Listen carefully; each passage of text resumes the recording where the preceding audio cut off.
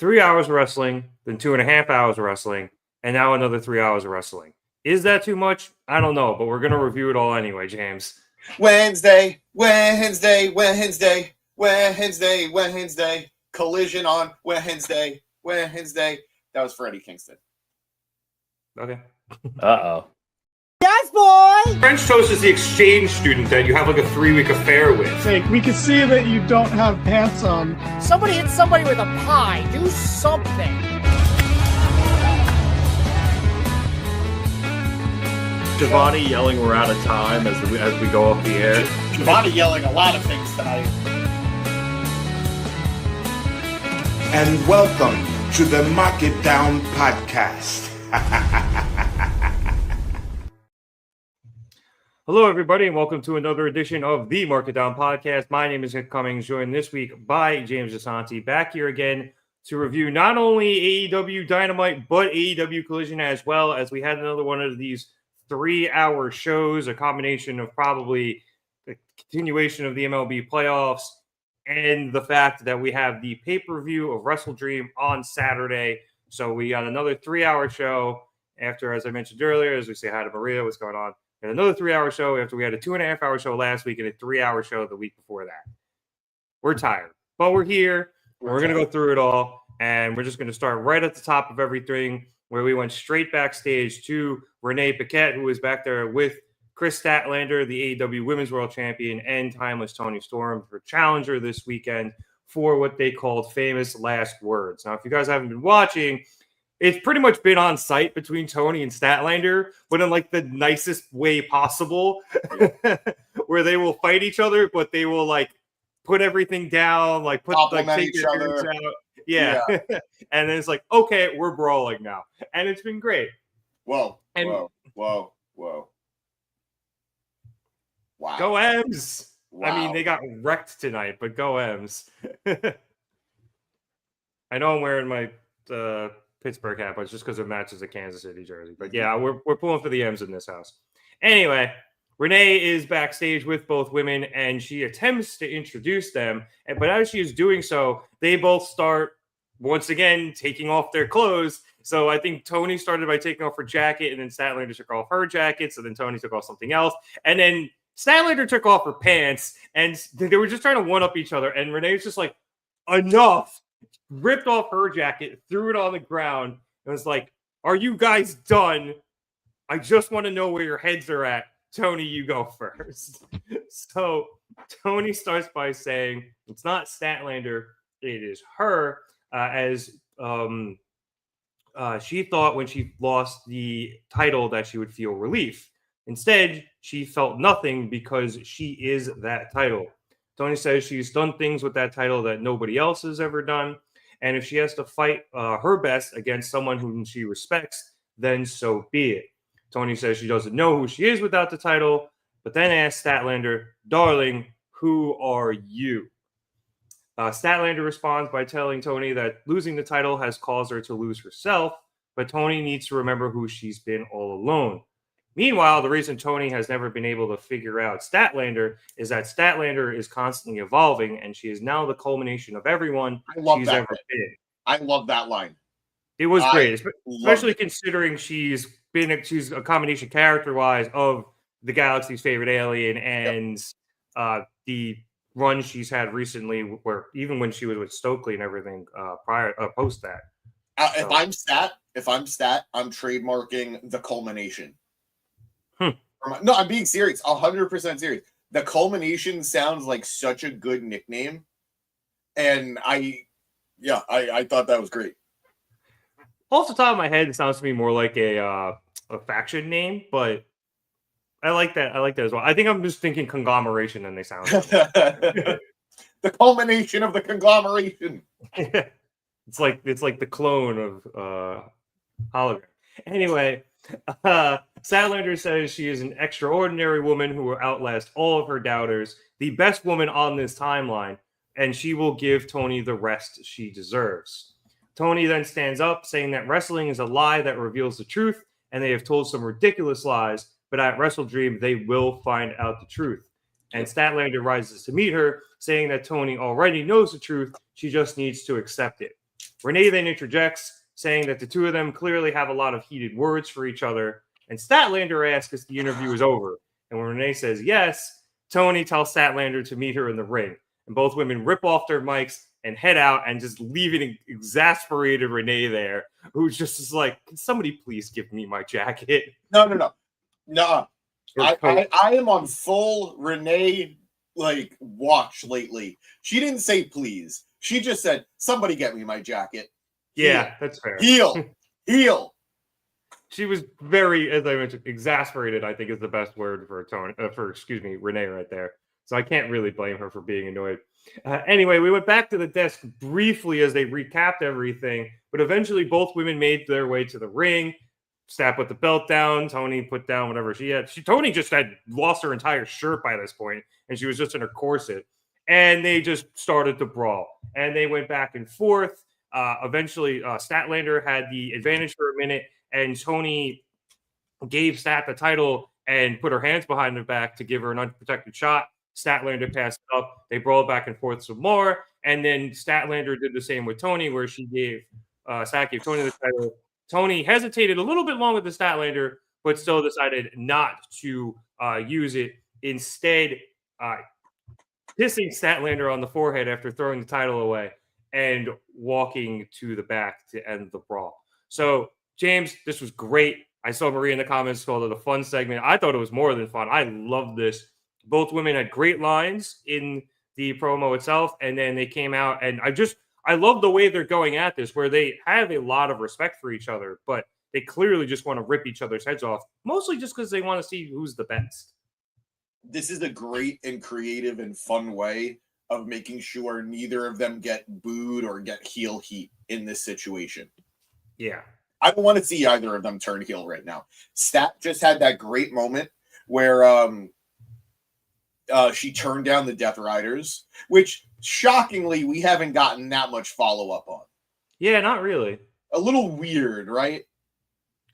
And Tony arguably could afford the heel turn, but she's still getting so much love. She's still getting so much positive crowd reaction that you don't necessarily want to fight that either by turning her heel. So I think this is a great way of doing it. I won't lie, I was a little concerned. I thought it was a weird way to start the show. I was like, you're starting the show with a backstage interview segment? That's not something they normally do. Sorry. There's no hype behind it. Like, I'm not saying you can't do an interview segment to start the show, but usually you would think, let's start it in the ring. That way the crowd is invested in it. The crowd is reacting to it. So initially I thought that was a little silly. But then obviously with how it played out, where they came to the ring, it was a great way of building the anticipation. So I thought I really got to hand it to them. They turned my perspective on that so quickly. So yeah, I'm very interested in this match. I think Stat is retaining. I'm 95% sure Stat is retaining. Yeah. And I think that's going to send Tony into a very interesting place. It's going to send her on a very interesting trajectory. And I think she is one of the few women who I'm not worried about without the title. She's still going to figure out ways to get featured. TK is still going to figure out ways to keep her on TV even without the title. And whether that's her going after the tag titles with Mina Shirakawa or whoever or whatever it might be, this is a good way of sort of putting a stamp on this part of the story and really figuring out who Toni Storm is moving forward, which is what Tony's wondering too. So just really well done, very well executed storytelling, in my opinion. Yeah, I think that Tony has a lot to do outside of the title, which is why I believe that Statlander will retain. Maria agreeing with us as well that she will. And you look at Tony, she obviously has to figure herself out post-title life. And then you have a built-in feud already with Jamie Hayter. They were talking about that during Hayter's match where they mentioned, I'm sure Hayter would love a title shot against Tony, but I'm sure A, she would love a title shot, and B, love a shot against Tony, even if they come separately. So I think there's a whole lot to do there. I just don't think you finally, after all of these years, put the title on Statlander just to have her lose it after one pay-per-view cycle. I agree. I don't think she is long for the title. I don't think she is going to have a very long reign. And I'm okay with that because I see her being a multiple-time champion. But I think, one, it was just important to finally do it. Two, it was important to get the title off of Tony in a way that people weren't going to boo whoever did it. And I think they could have done that with a few of the women, but I think this is what they were aiming for. And I think it's more important now that we get Chris into a storyline. I need resolution with Willow. I do. Yeah, at some point. I keep talking about how disgusted I am with it, but like, we'll see. Go to the comments. Go to Maria real quick. Go with the most recent one. I'll say Maria says Stat is totally retaining. I think we're all on the same page there. Yep. And that Tekla should beat Chris for the title. See, now that would dictate to me that Tekla beats Hayter. Jamie. And I don't know how I feel about that. That's a toss-up, though. I'm not sure who's going to win that one because they could both use it. They could both use it. As someone who is still not invested in Tekla, I'd rather see it go to Hayter. Yeah, I like Hayter more, but I am a big Tekla fan, so if she wins, I'm not going to sit here and bitch and moan. Yeah. Would you be happy with her winning the title, though? Not yet. It would have to be down the line. And the thing is that if Tekla beats Jamie Hayter, I think she probably has earned herself a title shot. And that could be Statlander's next opponent, which would make a lot of sense. But then Stat's probably going to beat her. So, I'm kind of, back and forth on that. Maria saying that Stat is finally looking interesting. I know that's actually something that is a common sentiment amongst fans. A lot of people liked Stat, but never really found her all that interesting as a character, which I unfortunately kind of get. Yeah. I'd say I was interested with her a ways back, but I get only feeling like you could jump on board now. There were points where I think people found Statlander interesting. Early Stat and then best friends Statlander. And then she went out.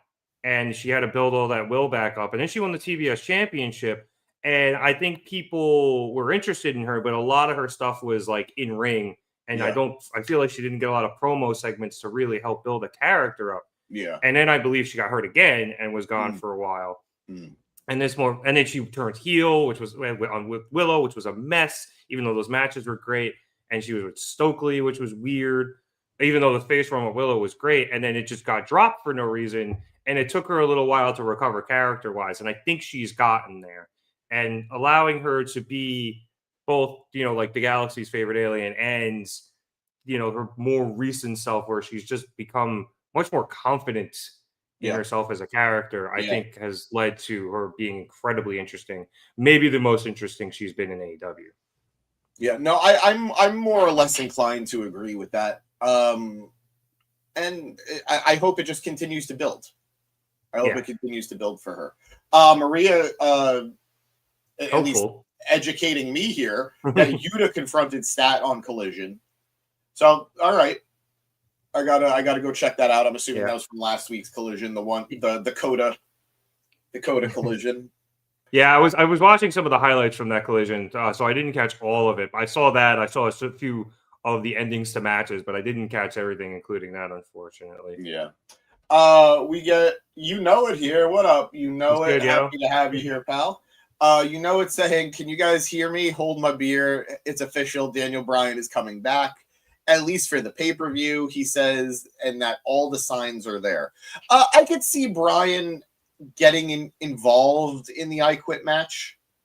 Darby keeps invoking Bryan's name, and even if he didn't, it would almost feel impossible for Bryan not to feel like he's a part of this in some way. But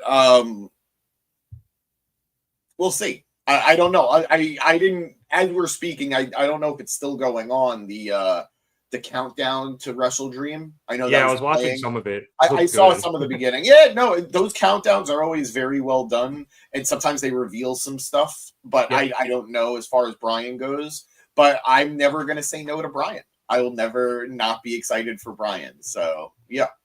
I had a thought, and I almost don't want to put it into existence just in case. Yeah, what's that? I hope Bryan doesn't quit on Darby's behalf, because that would suck. I don't think you could get away with another Darby loss. So okay, all right. That's the thing. My second thing is I hope they don't go after Bryan to make Darby quit, because Darby, we'll talk about it later, has shown himself that he won't quit under any circumstances. But if they go after Bryan.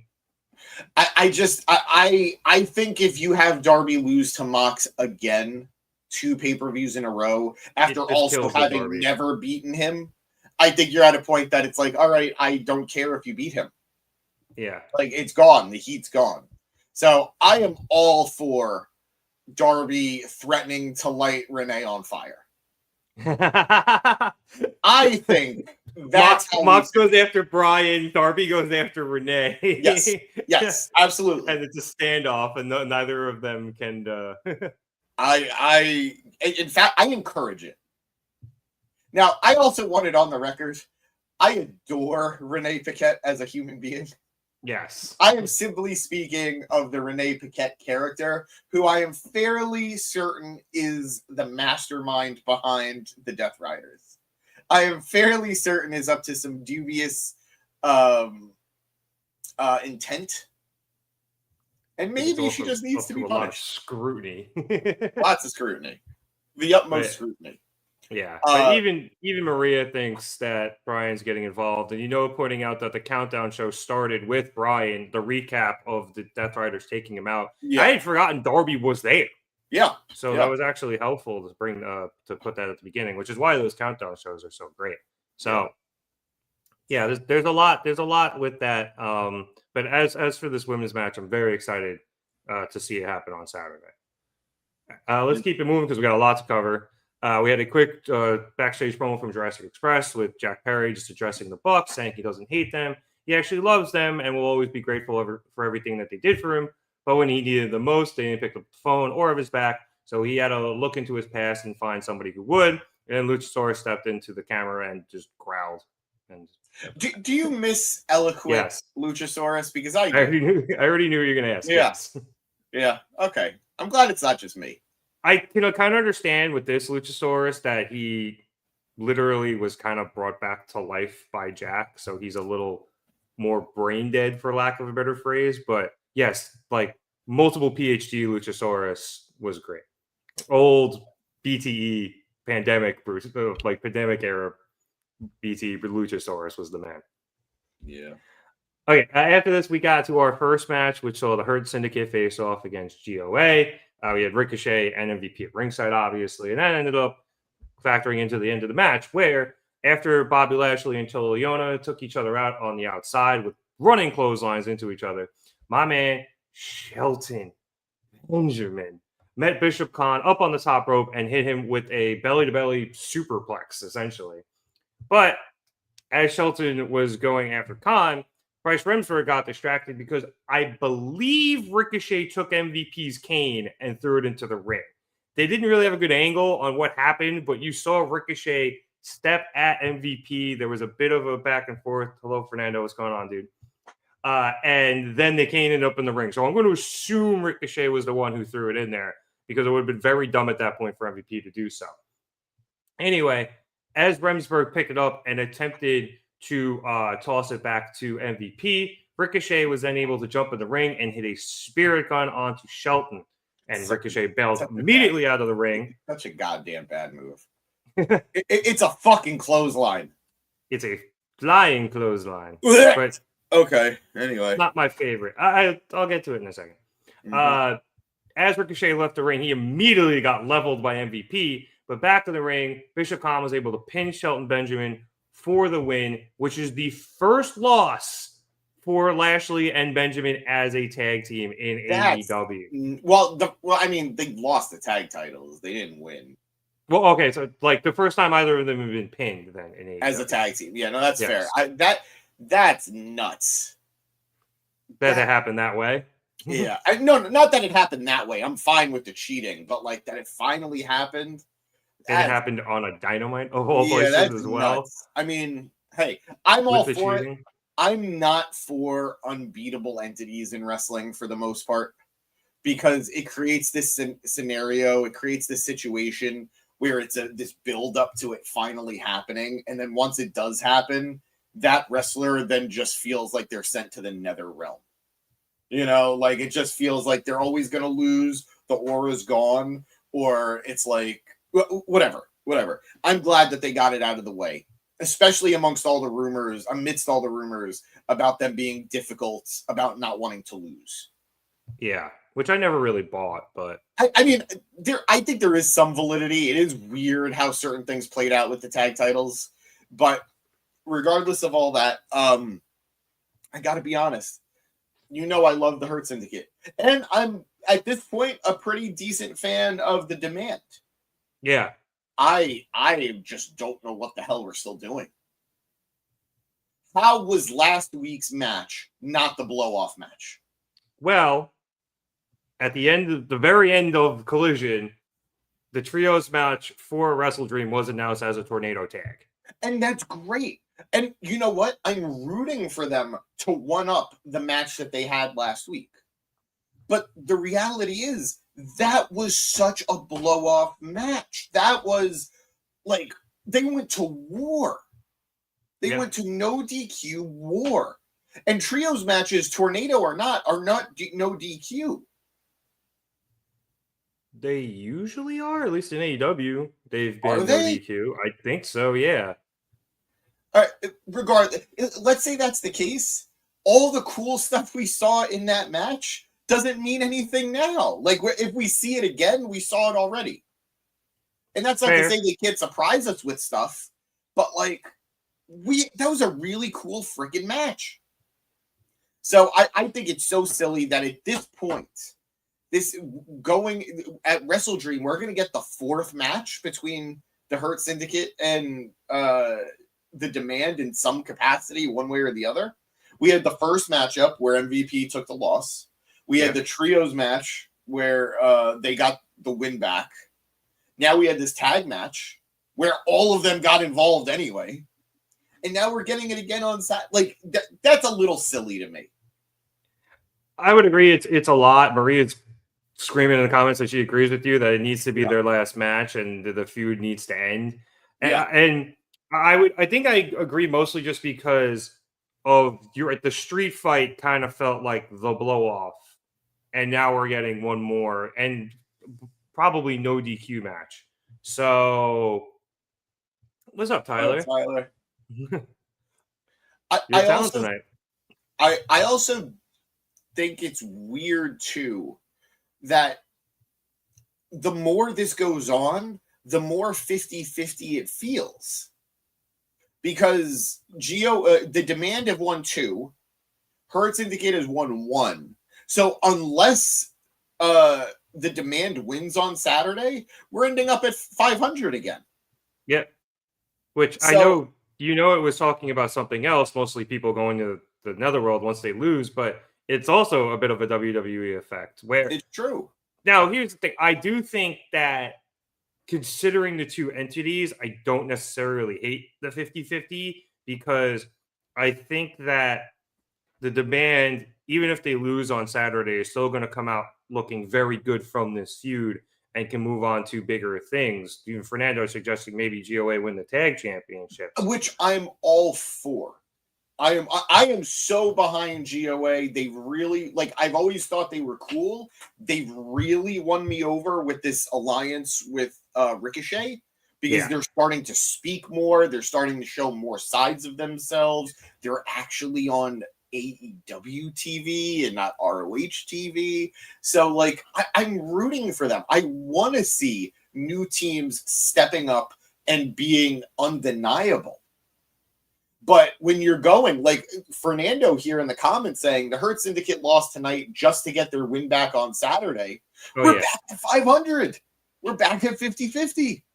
How does GOA deserve anything at that point? And quite frankly, Do I want to see the Hurt Syndicate go back for the tag titles again? I don't know. I don't think so. I can see them, the Hurt Syndicate, maybe focusing on some more single stuff. Maybe Bobby makes a title run at the title, or whether it's unified or the World Championship. Maybe Shelton goes TNT or something. But I think GOA probably ends up going for the trios titles after this, and I would, or not even GOA, excuse me, the Demand go after the trios title after this, win or lose. And I wouldn't be surprised if they ended up taking it off the Opps in the near future. We'll see. And I think the Opps are not long for the trios titles at the rate they're going with Joe right now. But that's a whole other discussion. But yeah, we'll see. Maria, I love Taker.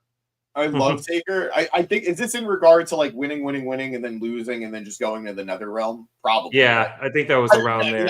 I am the biggest proponent. I was there when the streak was broken. Never should have happened. Never, ever, ever, ever should have happened. But I digress. That's a whole other thing entirely. We'll see. We'll see if history will agree with me in the long run. I got James. Let's go, Maria, real quick. Saying Bobby versus Okada would be sick. I concur. All right, I'm sorry. I have to cover my chest because nips are getting hard at that thought. Cutting diamonds over there. And then Tyler with a bit of backstage news here for us. Yeah. Apparently Andrade got announced for a WWC show in Puerto Rico the day of Wrestle Dream. So he's thinking maybe a contract issue. And let's see. A lot of these media outlets are reporting on Andrade. He's on a I'm assuming that's a per appearance deal. So from what I was maybe from what I was told, from what I read, 100% Andrade is signed to AEW, and that it seems both sides are in agreement. It is neither AEW's fault or Andrade's fault that he hasn't shown up on TV again. So I don't know what that means. A lot of people speculated maybe there were some visa issues because he worked that show where he won the title. I don't know, but I mean, if he's going to Puerto Rico, it can't really be a visa issue. Yeah, I was gonna say. Also, which title? He won an indie title. Oh, okay. I forget which one it is, but he won an indie title, and good for him. Yeah, good for him. Weird how this is playing out. I do think, to an extent, a little bit of the Kota Ibushi real life issues kind of impacted where some of this story was going to go, because now I think it makes, like, it's weird that Kenny does not have a match for Wrestle Dream. Yeah, officially Kenny doesn't have a match for Wrestle Dream. That's not to say he won't get one. That's not to say they won't announce one the day of, but it felt like he should have been wrestling Andrade, and now it feels like he should be wrestling Josh Alexander after what happened with Kota. But I don't know. We'll see what that turns into. But weird that things are playing out the way they are. Yeah, I would imagine that injuries played into it, and we hope Kota gets well. I know he said maybe 2 years to come back. Yeah. And he was like, no, I could do it quicker. The doctors don't know my body. I have crazy genes, because he's a madman. Yeah, no, but yeah, but I agree. I think I agree with Tyler here. Kenny versus Andrade at the next pay-per-view seems like a lock. And I'm down for that. I'm down. I mean, It feels weird to have Andrade come back just to eat that big loss.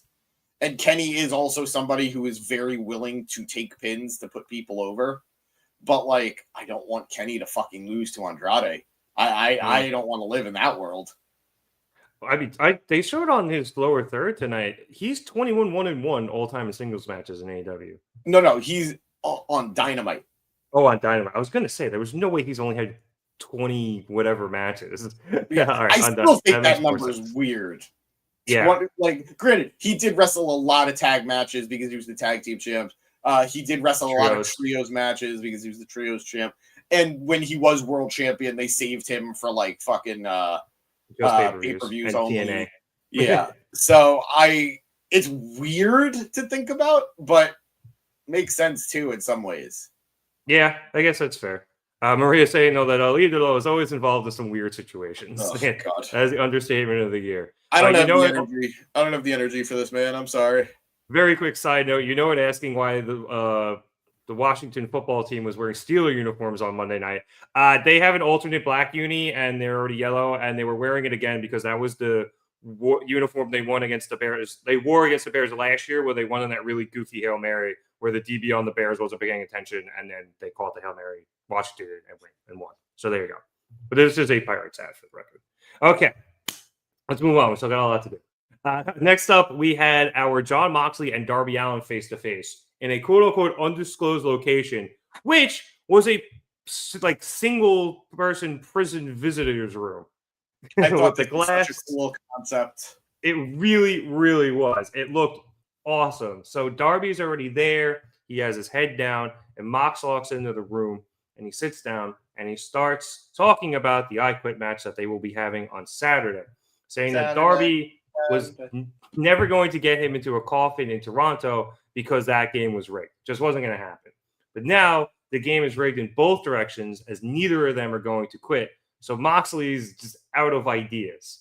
However, Darby wants to be on the right side of history. It's never too late.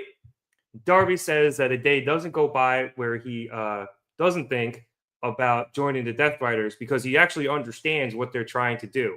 Glad somebody does. But we don't. We're still trying to figure it out. But it's been a year. He won't do so because of what happened to Brian as he was taped to the ropes and watched what they did to him. And he wonders how he could ever join with somebody who would stab their brother in the back. Moxley says he did the best he could for Brian, but this is a war and sacrifices have to be made no matter the weight that puts on his shoulders, which is a weight that Darby and no one else will ever understand. Darby says that when he planted the AEW flag on the top of Everest, he realized that AEW represented freedom, and Moxley is slowly chipping away at all of that and what AEW represents. So he's going to hang that flag in his house to remind him of that every day. But first, he's going to wrap it around Moxley's throat. And when Moxley says, I quit, all the Death Riders are going to mean that Moxley's word doesn't mean a thing, and everything he's built is going to come crumbling down around him. Moxley responds that even if Darby doesn't believe him, he's actually never lied to Darby. And Darby's opponent at Wrestle Dream won't be him because it's never the guy across from Darby. It's the ghosts that Darby is fighting. Moxley has fought a lot of ghosts in his time, but he says it never works out because it is a shellfish game. Thank you there, Fraser Ramon. And Moxley isn't selfish anymore because the one thing that Darby has never understood is that this has never been about him. And as he finishes that statement, Pac just comes out from the fucking shadows and takes Darby's head and slams it into the desk. And you got Dark Knight vibes from this, right? Yes, kind of, except the lights never came on, but yeah. 100% Dark Knight. I was all for it. Loved it. Loved it. And I saw it. They put on the tweets they put on the screen. It was like somebody said it's like Batman talking to Joker, and I'm assuming they meant in the Batman, like that. It's got to be the Dark. Oh, I guess between. Yeah. No, I get it. The lighting of the Dark Knight, or at least when he's in there with Gordon, but the glass partition of the Batman. I don't know. Either way, Pac throwing Darby's head into the glass was full Dark Knight. Yeah, because Pac just repeatedly bashed Darby's head into the desk and then started bashing him off the walls. Eventually, as James said, throwing his bloodied face into the window. And it just slid down the glass, leaving a trail until eventually Darby slumped onto the desk and onto the floor. I hate that. Go ahead. Moxley just got up and left Darby in his wake. And then we got a quick shot of Mox, Marina, and Pac arriving at the arena. I hate that it was the bad guy winning in that scenario, but I loved it because, like I said, all I kept thinking about was the Dark Knight. All I kept thinking about was, as Maria said, this was cinema. It was so cinematic. It was so cool. I don't think we've ever seen anything like this. It was so well played out. If I may, the camera angles were great. The music underneath was great. Like everything was it was perfect. It was cinematic. If you told me Darby directed it, I would 100% believe you. Yeah. You know, I would 100% believe you. If I remember correctly, he directed like that first Sting vignette they ever did. A couple of them, from what I remember. Like those early ones they did in that abandoned warehouse. Yeah. So he's got the talent for it. Driving ones that Sting did too. Yep. But beyond that, I thought this was very well done. Like I keep saying it, and I'll keep saying it. I thought they did a great job with this. I love when they can do unique, different things because it will be memorable. Good or bad, different is usually important because it's noticeable. It's going to leave its mark just by being different. I thought it was incredible. I thought it was so multi-layered that Darby said, I thought about joining you every day because I get what you're trying to do. And we joke about it because we don't get what the goal is. But he's saying, I wanted to be able to. I would love to be able to. But because of what you did to Brian, not only do I not respect you, I could never trust you. And Mox did his best to sort of sidestep it. Like he didn't, like he acknowledged it without really giving any answers to it. And that's what the bad guy is supposed to do. So I thought it was so beautifully done. I mean it. I joked about it. I don't know what it's going to take for either of these men to say I quit. Mox said it beautifully. It's like the deck is stacked against both of us on this one. Because you're never going to say I quit, and now, granted, his wording was interesting because he said I most certainly won't. That's different than saying you never will. So, light Renee on fire. Do it, you cowards. And yeah, Brian, whatever, Renee, Marina, whatever it is, it's going to come down to somebody else. I agree with you.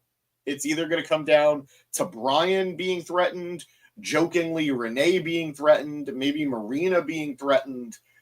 I don't think Mox cares. Like he's willing to sacrifice his soldiers.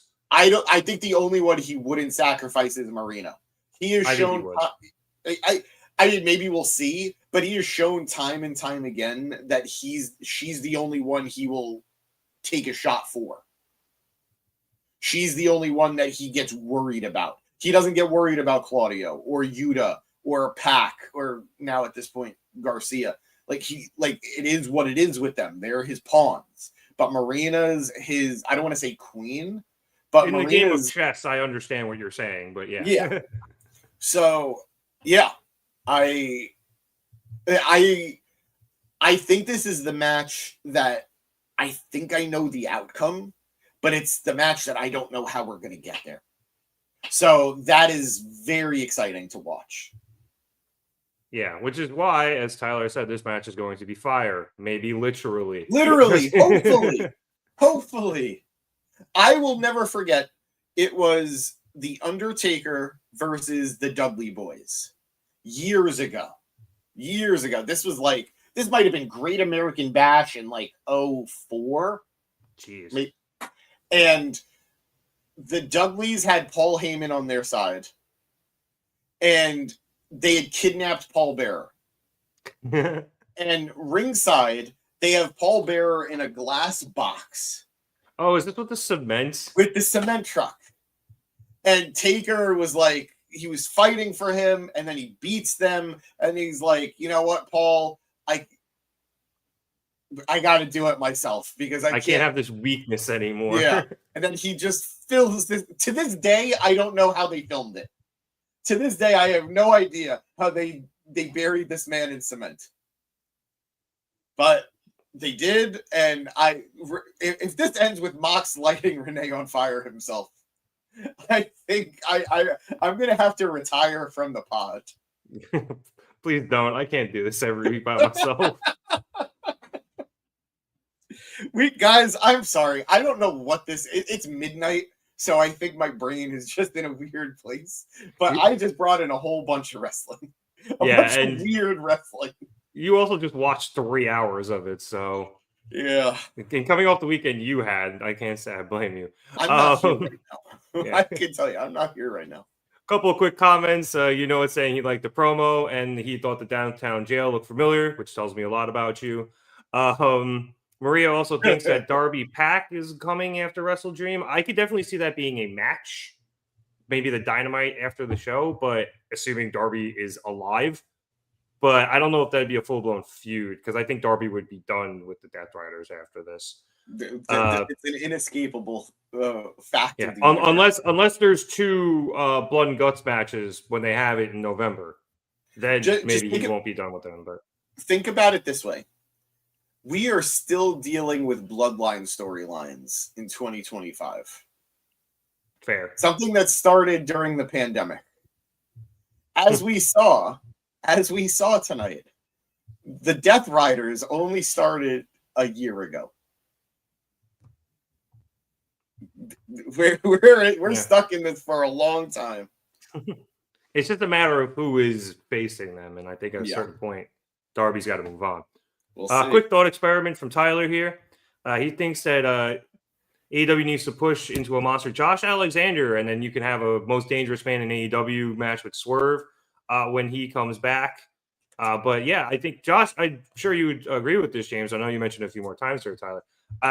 Josh Alexander is a guy you could definitely push and heat up and be a real killer that, they haven't truly shown him to be yet. I think they've shown he's a very good wrestler, but he's not winning everything. I think they have a really good hook with him now, unfortunately. Like, I am a big believer in trying to make lemonade out of lemons in certain situations when it comes to wrestling. And I am heartbroken about this Kota Ibushi injury. This is a bad, bad injury. And Femur's brutal. It is the second hardest bone to break. So the fact that he broke it means that was an intense injury, and it's going to be an intense recovery time. But now that it happened, you have a real opportunity here to make Josh a killer. You have a real opportunity to make Josh a dangerous, there you go, a dangerous submission guy, which he should be inherently. He's got the ankle lock. He's got a bunch of other moves that he could hit. He's got the amateur background. Focus on that. We saw it a little bit in the trios match, which we're going to talk about soon. Yep. But let him. I would put him in a string of singles matches where he makes people tap out. Yeah, even if they're on. I don't want to say dump them on Collision, but that sounds like a good thing to have on Collision. And you're just like, wow, Alexander's run like 4 singles matches in a row over on Collision, just tapping people out with the ankle lock or this or that or the other thing. So I think that works. That said, as much as I would love for him to be a bigger deal and to be a real legitimate threat to something, as long as he's part of the Don Callis family as it stands now, not in a group with Kyle Fletcher, not in a group with Okada, not in a group with Takeshita. No. Yeah. I'm sorry. Yeah, you need guys to take the losses. It's guys like him where I'm a little upset we don't have the international title anymore because that's the type of title he would have. But I guess I understand why they unified, but it's still kind of annoying. Just for that specific reason. I agree. All right, let's keep it rolling to, hey, look, a former international champion in Roderick Strong as he face off against Claudio Castagnoli, who's another guy I think could have had that title as well. ROH. This is ROH. This is PWG. Technically they didn't face each other in NXT, but they're both NXT legends. These guys have been chasing each other for a while. Just to jump to the end of this, after Roddy hit a backbreaker onto the top turnbuckle, both men struggled to get to their feet. Roddy was the first man up in the opposite corner, and he ran at Claudio, attempting to hit either a sick kick or a flying knee or something. However, Claudio caught him, and I think he meant to straight up pop him up, but he didn't really get him clean, so he just kind of held him there and then popped him up because Claudio is a fucking beast, and then just absolutely uppercutted Roddy's head off. to get the win. So this was good. I like that commentary pointed out at the end that Claudio got this win clean. Yes, no I'm help from very the intrigued Death by that. Riders. Yeah, and I'm not surprised this was good. These guys have probably faced each other a dozen times, and they had great chemistry. So they came out and did exactly what they needed to and had a really good match. Absolutely. I mean, these are two guys that like they could wrestle the proverbial mop and have a good match. So putting them next to each other, like without a doubt, I had high expectations when the match. I don't think the match was really announced ahead of time. So to see it happen here, I thought was really cool. I'll be real with you. I don't know if you agree with me. I think Roderick would be a perfect fit for the Death Riders.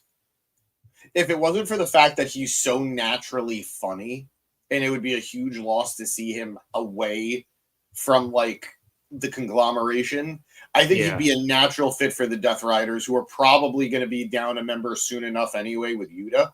So if you do sort of that trade, why not? But excellent striking match, excellent technical match. I wasn't crazy about the finish, though. It was very sudden. Beyond being sudden, which a move like the European uppercut ending a match should be sudden.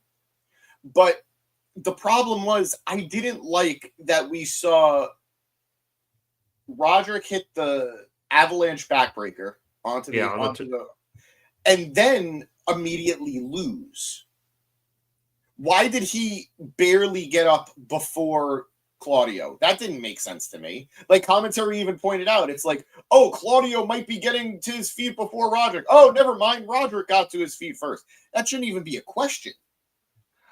I will say Roddy, throughout even the sequence where he was making his comeback, was very wobbly that entire time. So it wasn't like something that came out of nowhere with him being slow to his feet following the backbreaker. But I see where you're coming from, where it was not just sudden, but like the way they did it from there was interesting. I think a little bit. I unfortunately took off my Mark hat for a second and I put my Smart hat on for a second. I think it was obvious that they were trying to nail the timing a little bit better. Like you see Claudio trying to get into the right position. You see Roddy trying to get into the right position. And then they have the bit where Roddy jumps into his arms. It was a little noticeable that they were struggling to get that right. I think ultimately it worked. I think it made it look kind of not cooler, but like just the way that it made Claudio look like such an animal because he was able to power up Roddy, even though they didn't get the Dirty Dancing move clean. But even then, like I thought commentary sold it well because they were still similarly to later in the show when Bane had a little bit of trouble and with Harley, or I guess they had a little trouble together for the Liger Bomb finish, and they sold it the same way. It was just like, oh, Harley or Roddy is, trying to resist, and it doesn't matter because these two people are just stronger and they're able to power through it and hit the moves. So, sometimes, like, even though it's a little slip up, I think it can add to the match with the proper commentary. I think so, too. I thought Excalibur did a really good job of quote-unquote covering it, and it lends itself to the story. Yeah. Especially in Harley's case, I thought. But we could talk about that later. Oh, yeah. I love the Harley match, but we'll talk about that later. We got some comments. Making a joke about who's Roddy's wife. I don't know if he knows after that match a few weeks ago where she just straight did you see her tweet after the match? I did not. From the other week when Roddy faced, who was he facing, Moxley or whoever it was? Mox. Yeah, I didn't see the tweet. It was her. She posted a picture of them staring at each other, and it was "fuck you, Roddy." Wow. It's okay. I'm pretty sure the next day on Reddit, somebody posted a picture of them from their honeymoon in Disney, and Marina's in a wheelchair, and she was walking the day before, and everyone was just congratulating Roddy on the job he did. That's awful. The man is a cardio monster. Whew. Okay. I want to address Tyler because I feel like I'm missing something. Tyler, just in general, we are all for Josh Alexander getting a push. We just don't see it happening right now. And I think once he leaves the Callis family, that's when we'll see a push. Yeah. But I think you're right in saying, James, that they should build off of this unfortunate injury. Ibushi injury. Yeah. And I think we're about to get into it with the Don Callis family match. Don introduced Alexander as the guy who broke Kota Ibushi's leg. They're definitely going to play into it. And I agree. I think he should get a little mini singles run on Collision and just be snapping ankles. Yeah. Maybe not like literally, but I mean, hey, get wild with it. We'll go on this ride with you. We'll see how it goes. Tony can only afford so much workman's comp. Yes, that's the reason why. That's why you shouldn't be injuring people. Yeah, he's already paying for Kotas. Shout out Tony Khan. I love that he does that. It means he cares. Yeah. But speaking of the Don Callis family, as opposed to Ridge Holland in WWE, who that is one of the worst things. I like. That is TKO. That is Endeavor there. Yeah, they are paying for Ridge's continued rehab and recovery, but he's not getting a paycheck anymore, which is pretty wild. That's disgusting. Anywho. Speaking of Don Callis, though, it was that carny piece of shit's birthday earlier in the week. I saw this on I did too. YouTube a little earlier, but I'm glad they showed it here on the show. As commentary flubbed up. They said it was earlier today. Commentary flubbed up, but then like even in the segment it says the 13th. Yeah, it happens. Yeah. Anyway, Don enters a room in a restaurant to find the family sitting there, and there's much celebrating and singing, and then he starts giving a speech saying the reason that they have been expanding and growing in numbers is because of power. And while he doesn't like using words like work stoppage, he will use everything that he has at his disposal to get what each member of the family wants. Hopefully for Josh Alexander, that's a push. Don then goes to open his presents, and he's not sure which to open first, but Kyle Fletcher cuts him off, saying he has something for Don to see before he does any of that. And Kyle unveils the TV behind Don, which had the thinnest sheet ever on it. And you can clearly see it was Konosuke Takeshita's face on it. But Kyle unveils him, and we get a pre-recorded video of Takeshita apologizing for not being there, as he is in Japan, and he says he is there so he can bring home the IWGP World Heavyweight Championship to the Don Callis family. He will get there. As Takeshita thanks Don for everything that Don has done for his career, an annoyed Kazuchika Okada grabs the remote, and here's how you know I'm really insane. It was a DirecTV remote, and just switches the TV off. And everyone's like, what the hell? But Okada gives everyone a deadpan, I'm sorry, I pushed the wrong button. And then Don's just like, that's fine, boss. And he proposes a toast to family. So, can we acknowledge this was the first reappearance of Trent Beretta? Yep. In God knows how long. He's got a pink cast on his arm. Yeah, I will say Trent was on AEW social media stuff last week with Rocky because at some point they're challenging the Costco people to a match. Jesus. Yeah, I think it's Rocky and Trent against the two of them, like the father and the son. No. He's teaming with, I think, QT. Oh, he did get a partner? Okay. Yeah, I think it's QT. That's nuts. Anyway. Yeah, so he was there, but it was nice to see him actually on TV. Yeah. I mean, it's weird because now we have Mark Davis back. He wasn't there, though.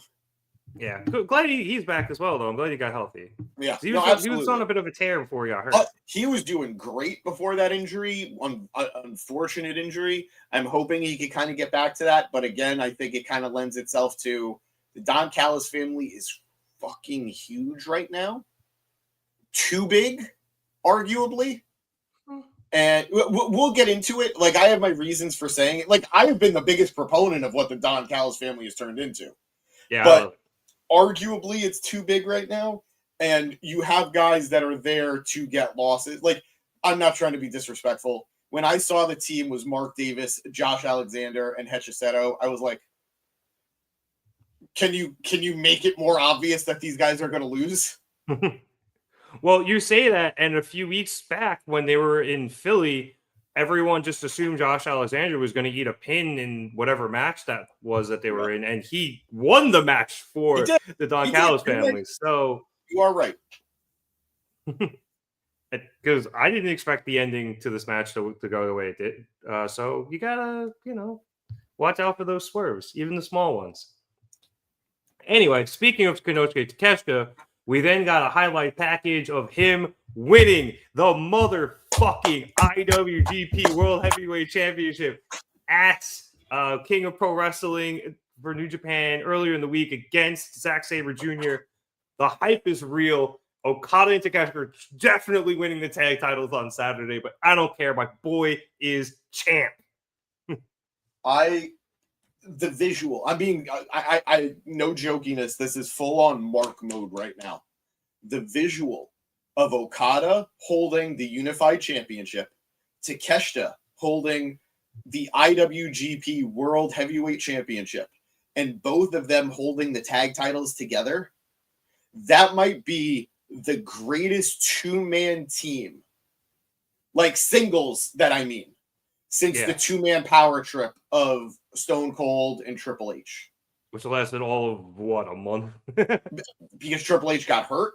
Yeah. But, like, WWF champion, WWE champion, Intercontinental champion, going for the tag titles as well. Like, that was next level. Oh, my God. Wow.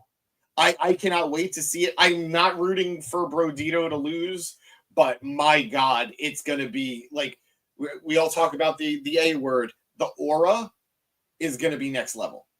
Yep. I'm so excited. I am too. As a ground floor Takeshita guy, I am thrilled. I texted you the moment I saw that Takeshita won, and I was like, congrats. Yep. You were there on the ground floor. I was American ground floor. I'm not going to be like, oh, I know him from DDP. I don't. American ground floor. The moment you saw him was the moment you were on board. Yep. And I got to give you the credit for that. I liked him. I really did. But I didn't make him like a James guy, the way you made him a Rev guy. Yep. So I right. Oh, God, I'm so excited for this.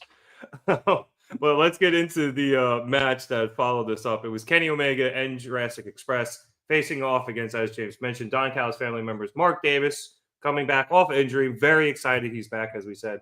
Josh Alexander and Hechicero. And Don actually started off by welcoming Davis back. And Davis actually returned on Collision, where he attacked Ibushi after Ibushi broke his leg. And you know he was supposed to have gotten involved in the match. Yes, or whether it was in the match or after and to attack Ibushi, either way, he was definitely supposed to get involved. And he went out there and very gently choked Coda out and then punched him in the head while Doc Sampson was probably screaming in his face, dude, it's a shoot. Don't hurt him. He snapped his fucking leg. But either way, we then had Don introduce Alexander, as I mentioned earlier, as the guy who snapped Ibushi's leg. And he then did the Hechicero entrance. That was good. That was really good. Yes. In his broken Spanish before Don headed to the announcers. Can they coexist? Good God. Couple of notes from this match. We had a big moment in the middle where Jack needed to make a tag and Kenny was out on the floor, but he was standing and he just kind of took his sweet ass time to get up onto the apron and then eventually stuck his hand out and was able to get the tag. He made it clear he does not have Jack's back. Yeah, and he doesn't trust it, I think, more importantly. But a little bit later, after things broke down, Luchasaurus tagged in Kenny, and Kenny was going to deliver a V-trigger to Davis. However, Don hopped off the announce desk and blocked Kenny's run off the ropes, and that allowed Alexander to come in and hit Kenny from behind with a chop block. Davis then set up for a massive lariat, and as he's running the ropes and he goes back across, Jack Perry comes into the ring and shoves Kenny out of the way, taking the bullet for Omega. Kenny and Davis go back and forth. with Davis eventually getting the better of him and hitting a pile driver, but Omega was then able to kick out. Hechicero then tagged in and tried to get Omega into an armbar, but Luchasaurus was able to break that up by chokeslamming Alexander onto Hechicero. Kenny then got up and tagged in Perry, who was back in the corner, before hitting Alexander with a V-trigger and basically sending him right out of the ring. Yep. Meanwhile, Perry was able to get assisted Cazadora from Luchasaurus as Luchasaurus got Hechicero up on his shoulders, and then Jurassic Express hit a Doomsday device with Jack getting the pin and the win. After the match, the Young Bucks snuck down to the ring and hit a super kick party onto Perry and Luchasaurus as Omega had his back turned and was out of the ring celebrating with some fans. But then Kenny noticed that the Bucks had gotten Jack up for the TK driver and ran back to the ring, pulling Jack down off of Matt's shoulders. Matt then went for a super kick, but pulled back when he saw it was Kenny. And then that led to an argument between the Bucks and Omega. Eventually, that got broken up by Luchasaurus, who got back in the ring and just clotheslined both heads off the Bucks. And then the Don Callis family attempted to take advantage of the chaos, and they all started jumping up on the apron. But Luchasaurus and Omega knocked them all off. And then Perry headed back up to the top rope with another assisted Escalara, not a Cazadora, my bad. Before moonsaulting off the middle rope onto the family and the Bucks, taking everybody out. So, James, this was fun. That breakdown sequence right before the end sequence was a lot of fun. Everyone was just hitting everybody with everything. But I like the storytelling here with Omega and Perry and Kenny at least trusting Jack enough for the enemy of my enemy is my friend thing. Yeah. But you can really see that Kenny is kind of torn between his old friends in the Bucks and then his honor of, okay, I have allied myself with Jack. I'm not just going to immediately stab him in the back. I mean, we also need to acknowledge the fact that they haven't resolved their issues. It seems clear that they want to. It seems clear that there is a desire on both sides to work things out, but they haven't yet. They had been feuding. Now, is this they being the Bucks and Kenny? Yeah. Okay, because there's also, you could say the same thing about Luchasaurus and Jack Perry. Yeah. But with Kenny and the Bucks, with Kenny and the Elite, just as mad as he is at Jack Perry for what he did to him, the Bucks did it too. In fact, I'd be more mad at the Bucks than I would be at Jack Perry. They were your friends. They were his brother. So he's really stuck in a very interesting dilemma. And I think it's very good storytelling. And I love Jack. He's doing his best with the character stuff. It's very clearly not one of his strong suits, unfortunately. Yeah. I don't think he's bad at it, but you could tell, like, he's not MJF. He's not Darby. And what? It was a bad joke. I'm not going to say it. Does it have something to do with a father? Maybe. Yeah. Okay, we'll move on. I don't think anybody could top what mine was a few weeks ago. That was bad. But anyway, the match itself, a lot of fun, very athletic. I love that Kenny was part of the majority of the match in the beginning. Like, he wrestled a good, strong portion of it in the beginning of the match, got involved again at the end. And I like commentary explaining why, because he didn't trust Jack and Luchasaurus. So exactly. And he's got a bone to pick with Josh Alexander for what happened to Kota. Great storytelling. Yeah, absolutely great storytelling. Really made sense narratively, and I just love watching Kenny wrestle. And I think it was great that Jack got the pin. He's in this stage of reestablishing himself. So let's see what that leads to for Saturday. The rules of the theory of opposite momentum suggests that the Bucks are going to win, but you never know. It's just a theory. It's not a hard scientific fact yet.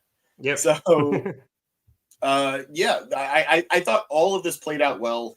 Seeing a lot of faces either reemerging, whether it's Jack Perry or Luchasaurus or Mark Davis, a lot of names reestablishing themselves, but higher up, like Josh Alexander. And then you have your evergreens that you just know are absolutely consistent and are getting that time on TV to show it, and Hechicero and Kenny. God, Hechicero's so good. He's so cool. He's so fucking cool. His music is awesome. I'm glad they used it. I was going to say, there's a reason his music gets played. You know, it's awesome. If they do another Hayter mix, they gotta use Hechicero's like prominently in that thing. I'd be down. So yeah, well done matchup. Really fun, good wrestling, good storytelling.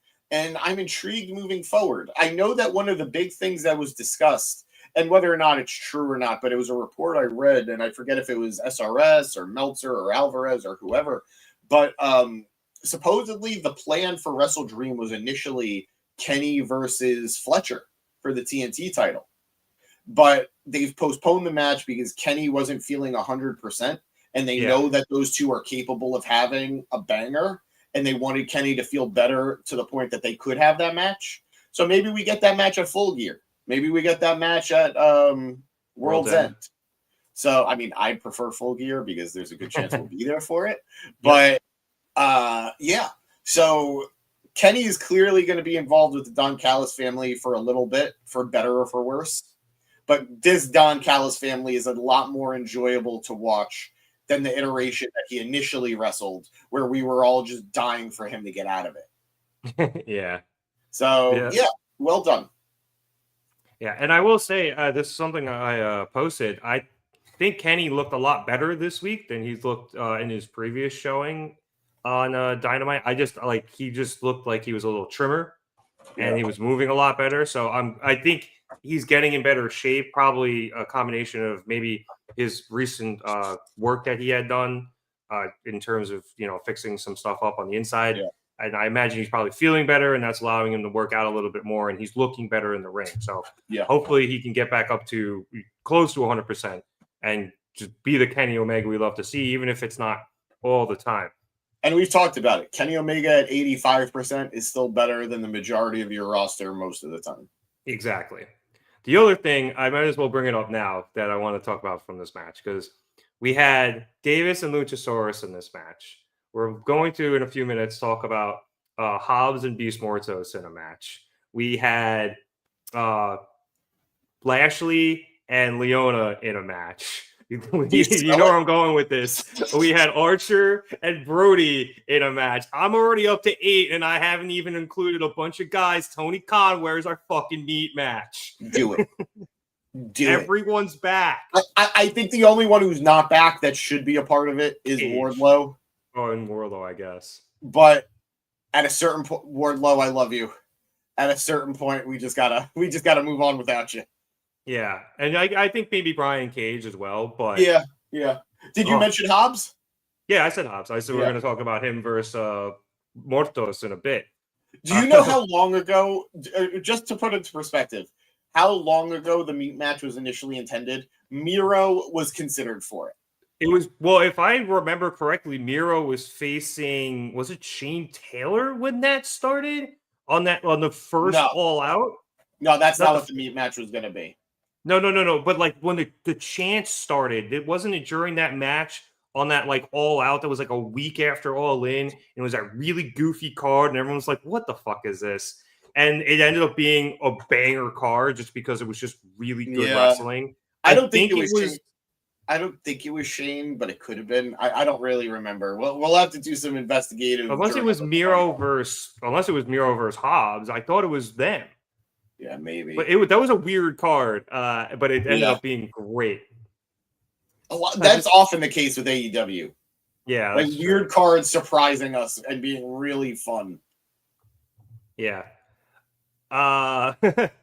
Just to get into some comments, Tyler agreeing that Takashi and Okada are going to win the tag champions. Yeah. Very excited about the weekend. You and me both, Tyler. Very excited. Yeah, he also is excited for Kenny versus Kyle, which I think we all are at some point. And he brings up a good point that I think is true. Kenny is most likely going to be part-time now. Whether that is... Yeah, I think he'll probably get a Roman Reigns-esque schedule. He'll be there. He's seemingly wrestling a little bit more than Roman does just because Kenny's doing, I feel like, a bit more of these tag matches on Dynamite than Roman has really wrestled on Raw or SmackDown. Although I don't watch every week, so maybe I'm wrong.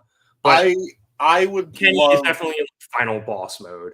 Yeah, no, I agree. I would love Kenny to win another singles title, but I don't know if I would rather it be the TNT title or get the unified title or one more final world title reign. Like the Omega mark in me would love for it to be the world title. Yeah, of course. But I do think there is something to a Kenny Omega TNT title invitation where it's like an open challenge weekly or bi-weekly where he puts over mid-carders. Yeah, like the John Cena US Open Challenge type of thing. Yeah.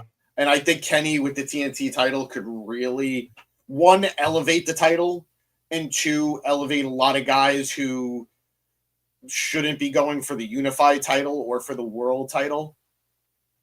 But, time will tell on that one. And, of course, the unified title, just because he didn't win it and be the inaugural champion, him to get redemption for it would be cool.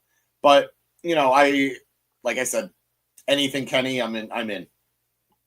Yeah. And then, I know technically his lineage is kind of there because he was the international champion at the time when he unified the titles. But to get his lineage on that actual belt is also probably smart. Exactly. He is the first and so far only Grand Slam champion. So in AEW, they acknowledge him as such. Yeah. So it's not like he's in need of anything. I just really want it. Of course. But I'm sure he's still got to warm up a little bit more. Yeah. Get there.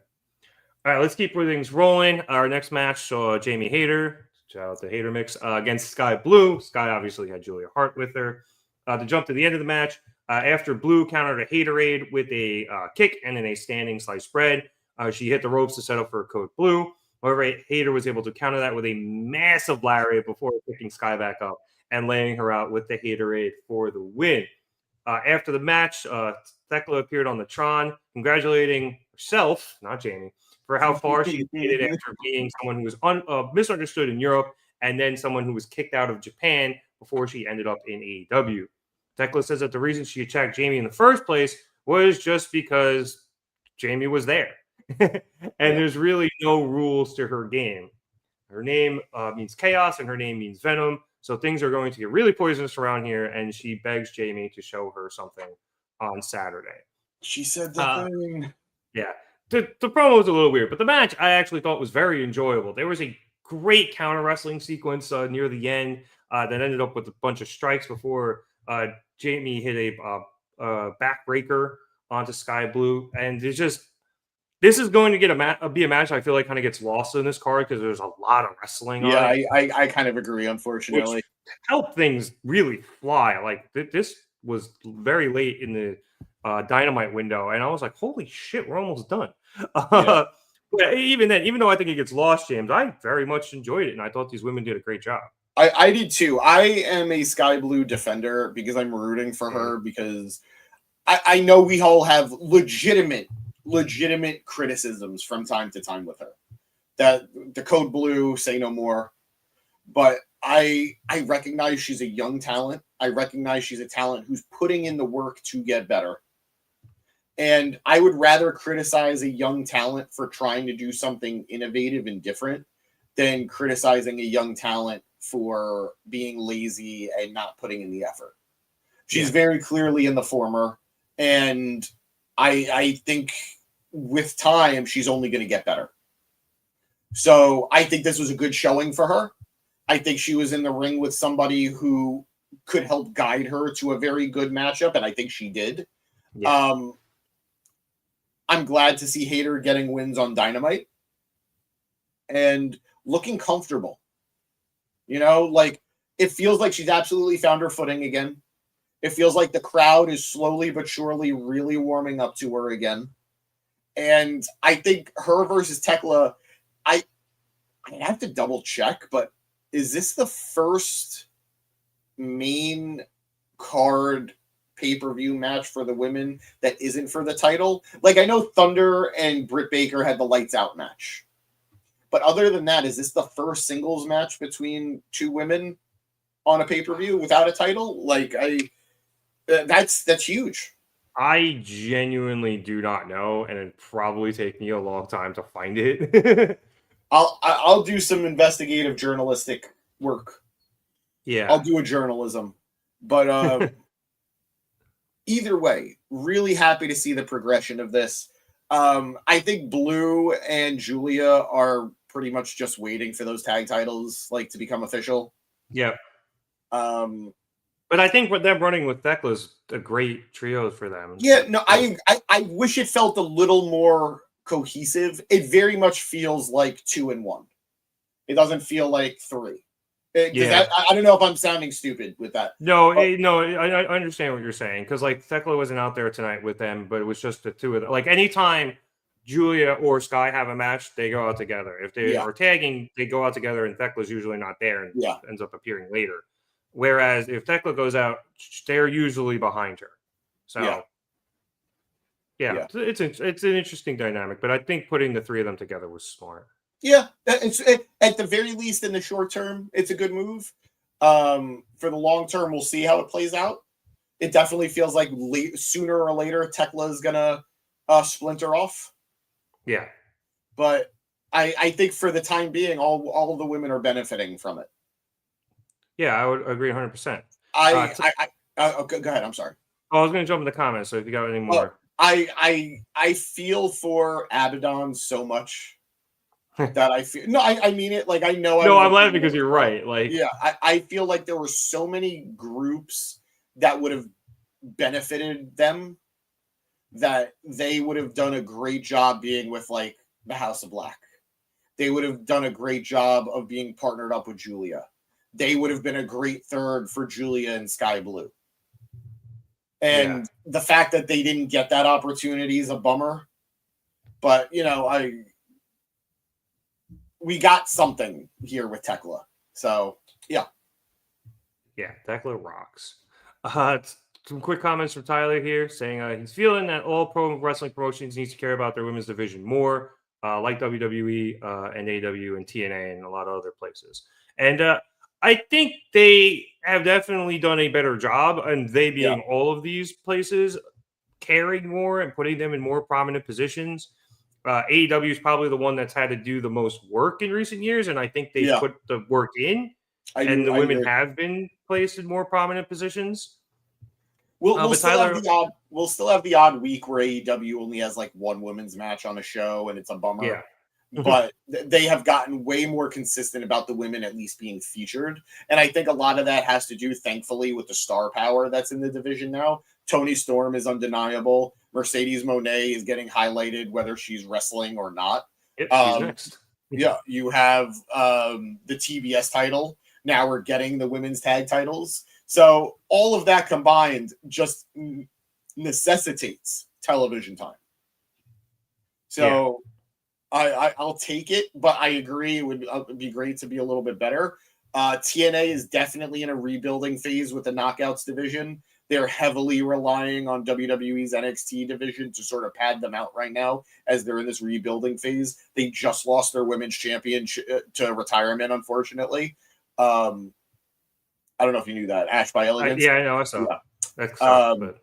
And, definitely in a big rebuilding period for TNA. And WWE, I mean, arguably, they have the best booked women's division in NXT. And arguably, again, with the main roster, things could definitely be better. But they're doing their best, too, with the star power that they have. Like, Rhea's on TV every week. Yeah, the Rio and Io stuff is good. Yeah. Becky is always just, she's the man. She's always going to be there. Vicar is super over. To the point that they made her champion so early. And it's really, I guess, more SmackDown that really needs the work. Yeah, from what I understand, like reading the subreddits and stuff, SmackDown is more the problem. But hey, Bayley and Lyra are having a good time. And Lyra is back with what's her name Tatum. on NXT? Tatum. That was so fun. Also, I'm so sorry. Maria's right. Yep, you're right. I am so happy for Maria, who has been on this train since the beginning. On the Monet train. And like she's literally seeing it pay off week in and week out, month in, month out. So bravo. Yeah, to get to that, I guess I'll run through that real quick. Mercedes had a backstage interview with Renee, who introduced the new 10 belts Monet, who, as Maria said, called herself Ultimo Monet, and mentioned once again that she is not there to break records, but to smash them. Renee then tries to turn the conversation to Wrestle Dream, where Mercedes tells her to slow her roll, as she actually has a CMLL title match in Arena Mexico first, I believe against Persephone, and I think, I want to say it's on Friday. I could be wrong. It's Thursday or Friday. Yeah, Friday, Persephone. Right. And also on Friday, she will become the longest reigning TBS champion of all time. 509. Before she walks into Wrestle Dream with that record and all 10 of her titles. I actually am not 100% sure who she's facing on Saturday. All right, thank you. I thought it was me. I thought I was missing something. But yes, I have no idea. I'm sure Maria will tell me before I even find it. I guess I don't think she is, unless she just does a random open challenge or or she's just not on the card. She's just there and maybe has a celebration or something, which is possible. Sheeta. She's floating around. No, I don't only want Sheeta to come back if she's gonna win that title. But if you ain't gonna win, get out of here. Stay away. We don't want you here. If you I just don't want her losing.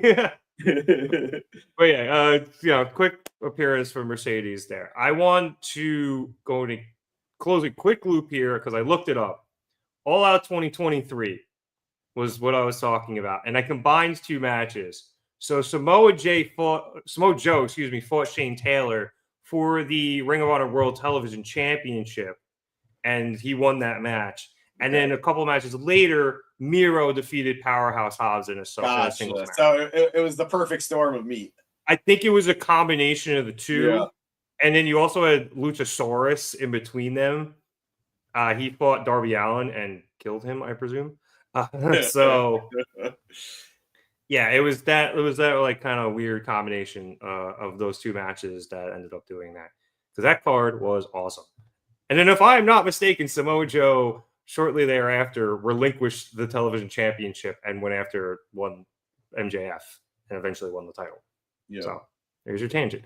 Okay. After Mercedes, we had our final match of Dynamite, which saw Samoa Joe, Powerhouse Hobbs, and Katsuyori Shiabata, the Opps, face off against La Facción and Ingobernable. It was Rush, Beast Mortos, and Dralístico with new member Sammy Guevara at ringside. And we had the AEW Men's World Champion, Hangman Adam Page, on commentary. And shout out to him. He said Samoa Joe was built like a Christmas ham. And that is maybe the greatest line I've ever heard at an announced desk ever. Anyway, to get to the end of the match, after Joe attempted to go for a muscle buster on Dralístico, Rush and Mortos prevented him to doing so. Mortos by actually like jumping on him, and Rush by tripping, trying to get into the ring and just grabbing onto Joe's leg. Hobbs then got in the ring on the other side at the other corner, but Mortos immediately sniffed that out. So he turned around and just speared Hobbs in half, and both men went to the outside. Shiabata came in and then took out Rush by kind of like basement drop kicking him because Rush was still lying down. And eventually he just dragged him to the outside and threw him up against the barricade, I believe. And meanwhile, Dralístico used the distraction and the fact that Samoa Joe was slightly dazed to make a dash to the top rope on the other side of the ring. But when he went for a dive, he was caught by Joe, who I assume was just playing possum. And Joe immediately locked in the coquina clutch. And Dralístico eventually and very meekly taps out before he passes out anyway. Yep. And the Opps retain their titles. After the match, LFI attacked the Opps from behind, led by Sammy. And then one of them made a giant mistake by spitting at Hangman. With the Opps down. I think it was Rush. But yeah, it was Rush or Sammy. I didn't quite catch who it was, but it had to be one of those two because they're just perfect assholes. Anyway, Hangman thanks the gentleman on commentary, gets up, heads to the ring, and clears everybody out, barely missing a buckshot on Rush as Sammy pulled him out of the ring for the save. And as he got up, Joe picked up the AEW Men's World Championship, held it, and went face-to-face with Hangman, eventually shoving the belt into Hangman's chest before walking off. And that was the end of Dynamite. But, James, I like this match. It was good. It was closing LFI on Dynamite for the first time in a while, and with Sammy. I think we've seen Sammy a little bit backstage, but haven't seen them wrestle on Dynamite in a minute. So it was cool to see them. I think I don't know if they deserved the shot. They just had 2 singles losses, but it was also nice just to have a trio's defense, especially considering they're not defending on Saturday with Joe being in what I presume is the main event. Yeah, no, I'm right there with you. This was a fun matchup. I think a good team to take them on too, with LFI. I was impressed with how much of a unit they felt like. And by a unit, I mean they felt unified. Yeah. Like I thought you kind of laughed at it a little bit. I loved that bit where Joe's in the corner and then the other two just bum rush Joe and keep him in the corner.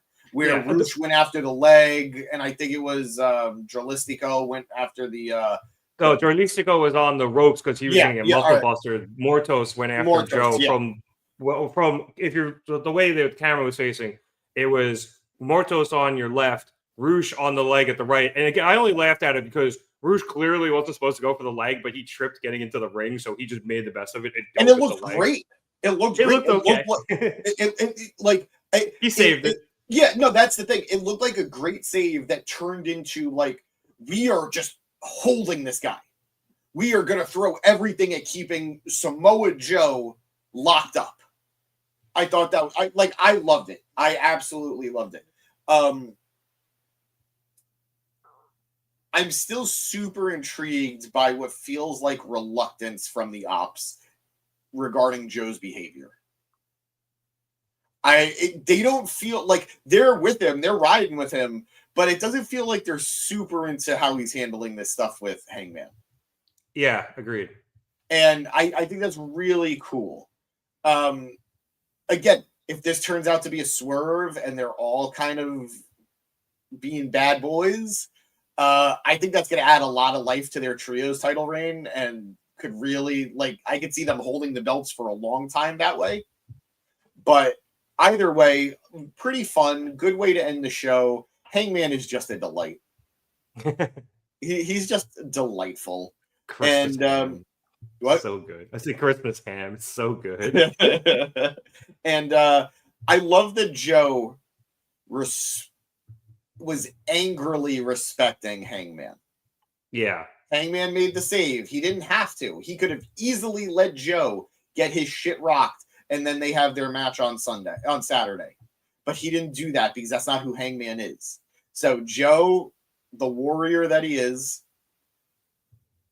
made his point. He put the belt right in Hangman's chest the way Hangman did to him. Obviously, very different intent between the two. Yep. But he did the same thing, walked out, and it's going to be a hell of a match on Sunday. Yeah, no, that is going to be a banger. And I like the uneasy feeling, especially Hobbs has had about the way Joe's been going about it, because I think it's very clear, like, this guy is our ally, this guy is our friend, and we're treating him like this. It doesn't really make sense, but you know what? You do things the way you want to do them. You're the one with the title shot. Yeah. And then hopefully, like I said, everything, can be bygones after the match, just because, one, I'm not going to have a fun time booing Joe, Hobbs, and Shiabata. I'm probably just not going to is the answer. I've spent the majority of my wrestling viewing career with Joe as the bad guy. The cool bad guy, but the bad guy. Like in TNA, in the X Division, he was the monster. He was the monster. Yeah. In WWE, a lot of the time he was the bad guy. Granted, he was a bad guy going against Roman Reigns, so he was getting cheers. But he was the bad guy. But I'm used to him, not being nice. I'm used to him getting the boos, the reluctant boos, and oh, I'm cheering you because you're so cool. I will not boo Hobbs. You can't get me to do it. And I don't know that I'm capable of booing Shiabata. Hobbs is funny because he definitely was getting boos when he because he's been heel, on and off for a while. He was with the Callis family. He was heel. He was a heel before that. as I always say, he has one of the greatest snarls I think I have ever seen in professional wrestling. Just the way he could do that with his lip is awesome. So I know Hobbs can be heel. I know Joe can be heel. I don't know enough about Shiabata. I'm sure he can be heel, but they're all just too cool for me to boo. I'm not booing them. I like them all too much. If they can be heel, I'm not booing them. I know you're not a Dragon Ball guy. I know you're not a Dragon Ball Z guy, but Team 4-Star, which is like the parody group on YouTube that like parodied so much of Dragon Ball and like did like spoof comedy on it. Was that Dragon Ball? Was that a bridged series or? Yeah. Dragon Ball Abridged. Whenever they talk about Broly, or whatever his name was.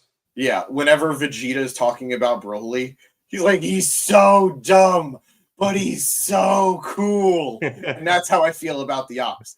Like the way they're acting is so dumb, but they're so cool. I can't help it. I will be cheering for them. Maria agrees with you. She thinks they should turn heel. I don't think. Here's the other reason I don't think so.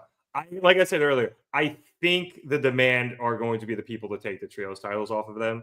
Yeah, because it feels their ball is rolling really well right now. And even though I think they take the loss on Saturday, they could still get it going. They can win a bunch of matches, and it feels like the whole point of this group was to get some gold on Ricochet. Yeah. I think so. Iron is pretty hot right now. You should probably I would too. Which arguably, I think they need to beat the Syndicate. I think they need to. The way I'm fantasy booking this, I know I'm being a mark right now, guys. I'm sorry. We know we have it reported that following Bound for Glory, which was this last Sunday, which I covered, by the way. If you guys want to go check that out. Cedric Alexander's contract with TNA is supposedly up. That it was a very short-term deal. My tinfoil hat theory is that they're going to lose on Saturday. MVP is going to take the loss once again. And he's going to realize that he cannot keep stepping up with the Hurt Syndicate. And he's going to make the call to bring in Cedric. And then the Demand are going to win the trios titles, and then a fully formed Hurt Syndicate with Cedric are going to take the trios titles off of them. That's my tinfoil hat theory. That's not terrible. I mean, if it means Cedric coming in, I don't hate it. We'd be a little annoyed in the process, or maybe he comes in on Saturday and helps them win there. Yeah, also possible. Also very, very possible. But we'll see how that plays out. The only person in this pod who doesn't want Cedric joining AEW and the Hurt Syndicate is Danny, for reasons that he's never been able to like eloquently put together. So, I don't care. I want him reunited with them. Yeah, I loved him. Like, he added such another dimension to them because they don't have like the high flyer, and plus then we can get him versus Ricochet again at some point, which would and beyond that, he's going to be treated way better in AEW than he was in WWE, because in WWE he was treated as the fall guy. It was him and Shelton that were guaranteed to always take the losses. And AEW is not going to be much different. That I expect Cedric to be the fall guy, and just like Shelton was the fall guy tonight. But the reality is, I'm expecting them to also get wins now. Yeah, and he'll be more protected as well, even in the losses, like tonight. Yes, so I think this is. I again, let's see how Saturday goes. I'm probably just being a mark. If I was Cedric and I was married to Big Swole, I don't think I would ever be able to enter AEW. But time heals all wounds. Hopefully, we'll see that go away. But I'm rooting for it. Punk went to WWE. Anything's fucking possible. Yep. No, you're right. You're right. Yeah. Well. Yeah. No, you're right. You're right.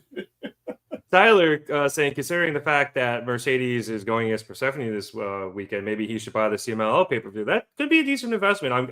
I guarantee you that'll be a fun card. I don't even know how to buy the CMLL pay-per-view. Is that something that's on Triller? Is that something that would be my guess, but I actually don't know. I'm sure you could look it up on CMLL.com. It's so hard to keep track. It is. All right. So this match was the end of Dynamite, and we went into Collision, and I just wanted to briefly say that I thought they handled the transition from Dynamite into Collision this week much better than they did 2 weeks ago. They just basically ended the match / ending segment. The ending segment.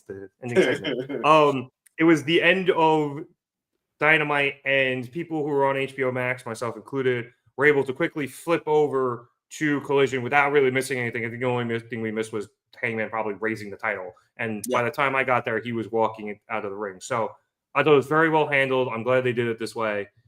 My guess it was maybe just timing stuff last week, or enough people bitched that they were like, all right, we got to hit it for the 10 o'clock hour so people can switch. Not miss anything, and I'm very glad I didn't miss anything. I agree. I made sure I was on top of it because I struggled 2 weeks ago. That was on me, though. But I was on top of it this week, and I agree. I think the transition was a lot smoother, a lot easier. So grateful. The only thing I will say is, what's his name? Excalibur continuously saying, "Don't move. We'll be right." Like, don't change that channel. And I get it. He's talking to the people watching on TBS. Yeah, I understand that. But I'm like, no. This isn't for me. I gotta change the channel, otherwise I won't be able to watch. And not even change the channel, just change the tile, for lack of a better phrase. Tyler letting us know CMLL is indeed on Triller, so if you want to watch that, go have fun. All right, so our first match for Collision saw Orange Cassidy and Kyle O'Reilly of the Conglomerate face off against Death Riders Wheeler Yuta and Daniel Garcia. Couple of notes. One, Shafir came out with the Young Death Riders. Two, either I haven't Death Riders. Yes, that's what they are. Okay. Two, either I haven't heard Yuta / Garcia's entrance theme before, or it's brand new. Yeah. Either way, I noticed it too. That was pretty cool. Right? That was a good one. Because Claudio's has always been really good. Yeah. This one was new to me, and it was awesome. Yeah, I made note of it too. I thought it was really cool. And three, I think it was kind of last week, but it was bigger this week because it was a bigger Tron. Orange's like 340p pixelated Tron is great. Amazing. After getting like the wipe of the image not found a few weeks ago, now he finally has one, and it's just not big enough. Yep. That seems like a thumbnail you would try to make from scratch. He also, Orange, did the Danny Garcia match at the start, at the start of the match because he's the best. Anyway, to get to the end of this match, O'Reilly has Garcia in a guillotine, and Moxley, who had made his way down towards ringside, jumped the barricade as Orange hit Yuta off the apron with an orange punch, and then followed that up with a tope suicida. So it looks like the conglomeration are going to win. But kind of at the behest of Moxley, Marina jumps up on the apron and distracts referee Bryce Remsburg. As she's doing so, Garcia taps out, but Remsburg doesn't see it, and he doesn't turn around at all despite the commotion. So O'Reilly, thinking he's won, releases the hold. Pac and Claudio then join Moxley ringside. Pac takes out Orange, and Claudio takes out O'Reilly, hitting him with another massive uppercut. And again, Remsburg still hasn't turned around. Normally, you're better than this, Bryce. Yep. Anyway, he's been kind of off the ball lately. Last couple months, he's been the guy making these flubs. Needs to be better. At least he got the World Championship match right with Hangman, or not with Hangman, with Hangman and MJF. Anyway, Claudio then threw Kyle back in the ring. Garcia covered him, and the Death Riders won. After the match, they all converged on Orange and O'Reilly and began their attack. Roderick Strong and Tomohiro Ishii came down to the ring to the help, but they were outnumbered and got quickly overpowered. Moxley then grabbed the mic, and the Death Riders cleared the ring of all the trash, as they would probably call it.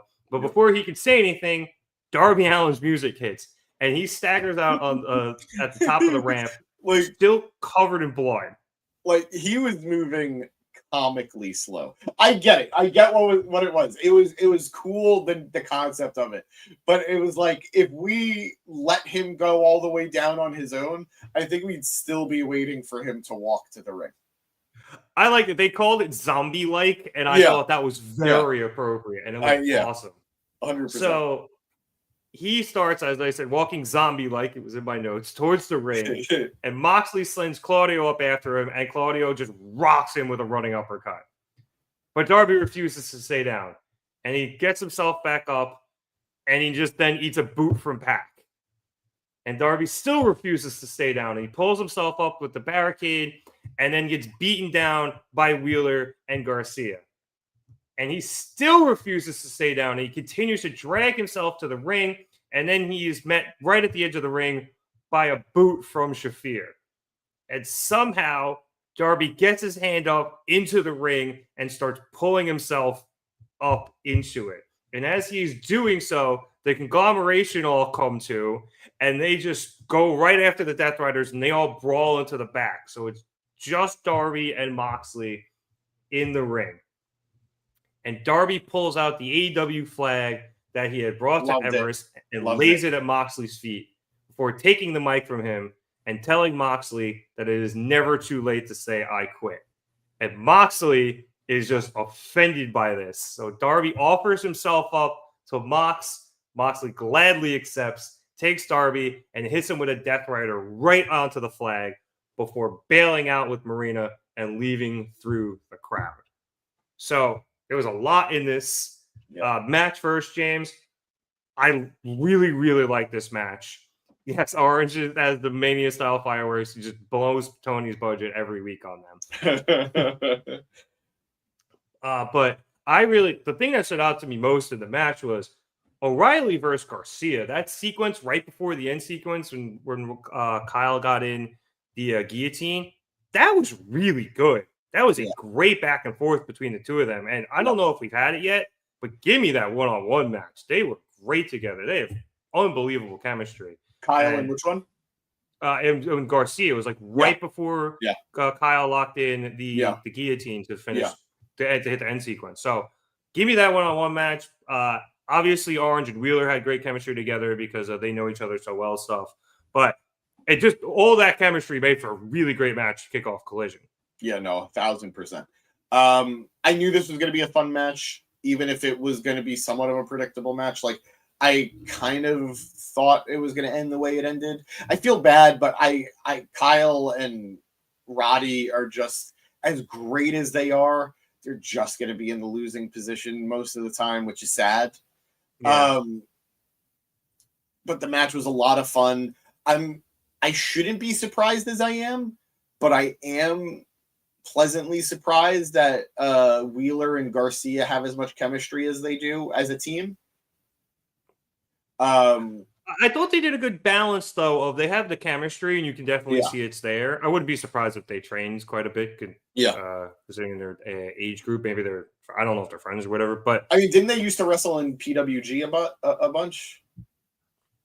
Yeah, wouldn't surprise me though. But I thought commentary made a good point, and they did a good job of showing that they were rivals for so long that they weren't always on the same page with each other, which is really why they were going to lose the match. Yeah. But even that is a sign in itself of these guys being able to work it so well that they portrayed themselves as not being able to work it well. Their kayfabe chemistry was poor, but their real life chemistry was great, which I think just added to the match. Exactly. So I commend them. They really played that very, very, very well, in my opinion. Beyond that, I'm ready for Orange to get put into something more important. Yeah, he's still leaving back in, but yeah. I thought the match was good. I found it interesting that nobody got involved during the Claudio match, but they all got involved during this match. Well, it wasn't until they were going to lose. Now, granted, Marina was already down there, and Moxley was on his way down when it started to look like they were going to lose. And then he eventually jumped over, when they were about to actually take the L there. So they didn't get involved until things were done, as opposed to Claudio, where I guess they just trusted him to take care of business because it's fucking Claudio. It's Claudio. But I did like the difference where Moxley doesn't necessarily trust these two young guys just yet to get it done on their own. Beyond the match, the Darby stuff, again, like I was being a little bitchy about it, but I did find it a little funny with the zombie-like movement.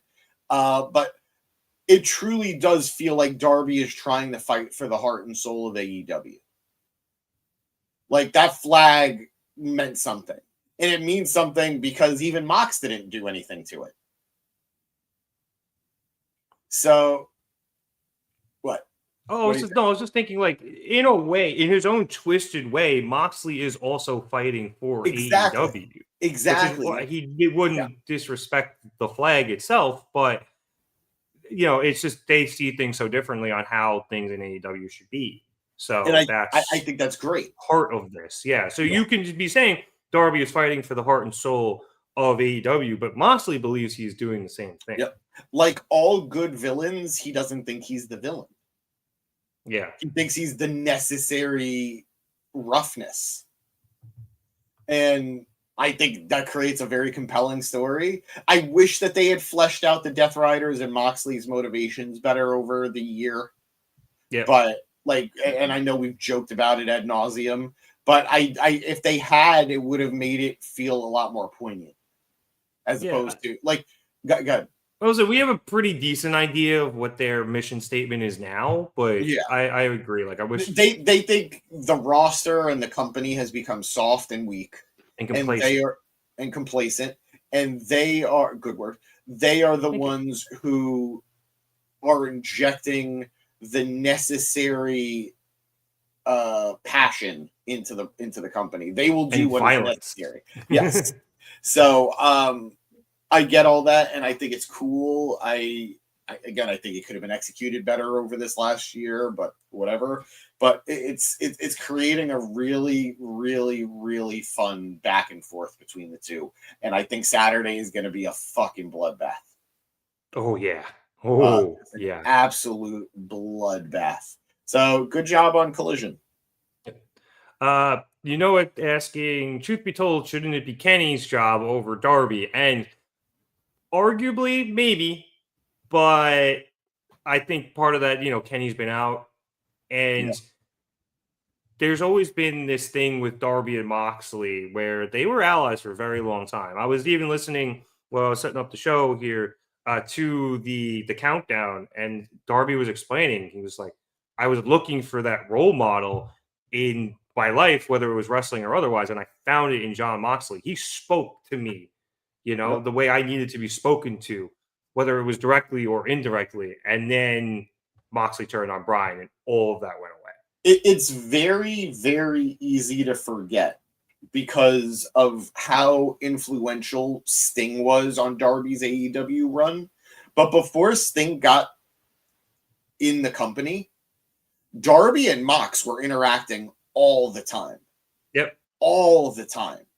And it only really changed once Sting got there, to the point that I think Darby and Mox maybe interacted like once or twice afterwards before Sting's retirement. But it was a shift. And I get why they did it. And it worked for both of them because Mox went on to the BCC, Darby went to Sting, and Darby grew so much with Sting. So he was so intertwined to Darby. He was so connected to Darby in the early days of AEW. Yeah, because they're two guys who were really cut from the same cloth, especially like pre-WWE Moxley. You could see a lot of Darby in him, or pre-WWE Moxley in Darby. Yep. And that's why it makes so much sense to put together. So these men do have a lot of history going all the way back to the start of AEW. Yeah. Just to go to the comments real quick, back to this comment about Kenny. It's essential to Darby's story to reach that next level that he beat someone like Moxley. I also think he's never beaten Moxley either. Zero times. Yes. Whether so he needs it. And I'll be straight up with you guys. I've seen Darby wrestle Mox pre-AEW. I was watching them wrestle in NEW, Northeast Wrestling. Oof. Like, this feud goes back. So for Darby to finally, we're 6 years into Dynamite, finally get this win, it's huge. It's absolutely huge. So why it shouldn't be Kenny, yes, Kenny is the flag bearer of AEW in a lot of ways. But one, he's got other stories he's got to deal with. Like, he's got a war to fight on the home front before he can do other stuff.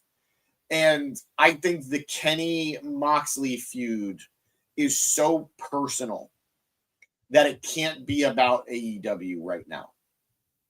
The Kenny Mox feud goes back, again, to day one of Dynamite.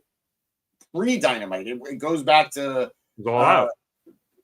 Where was it Double or Nothing? Or the original Double or Nothing. My bad. Yeah. I always forget Double or Nothing's the first one. So their feud isn't really about AEW. It's about the battle of supremacy between those two. Yeah. So while Mox is on this crusade, it can't really be the two of them right now. So and Moxley also got involved. I mean, there was the Anarchy in the Arena match. Yeah, absolutely.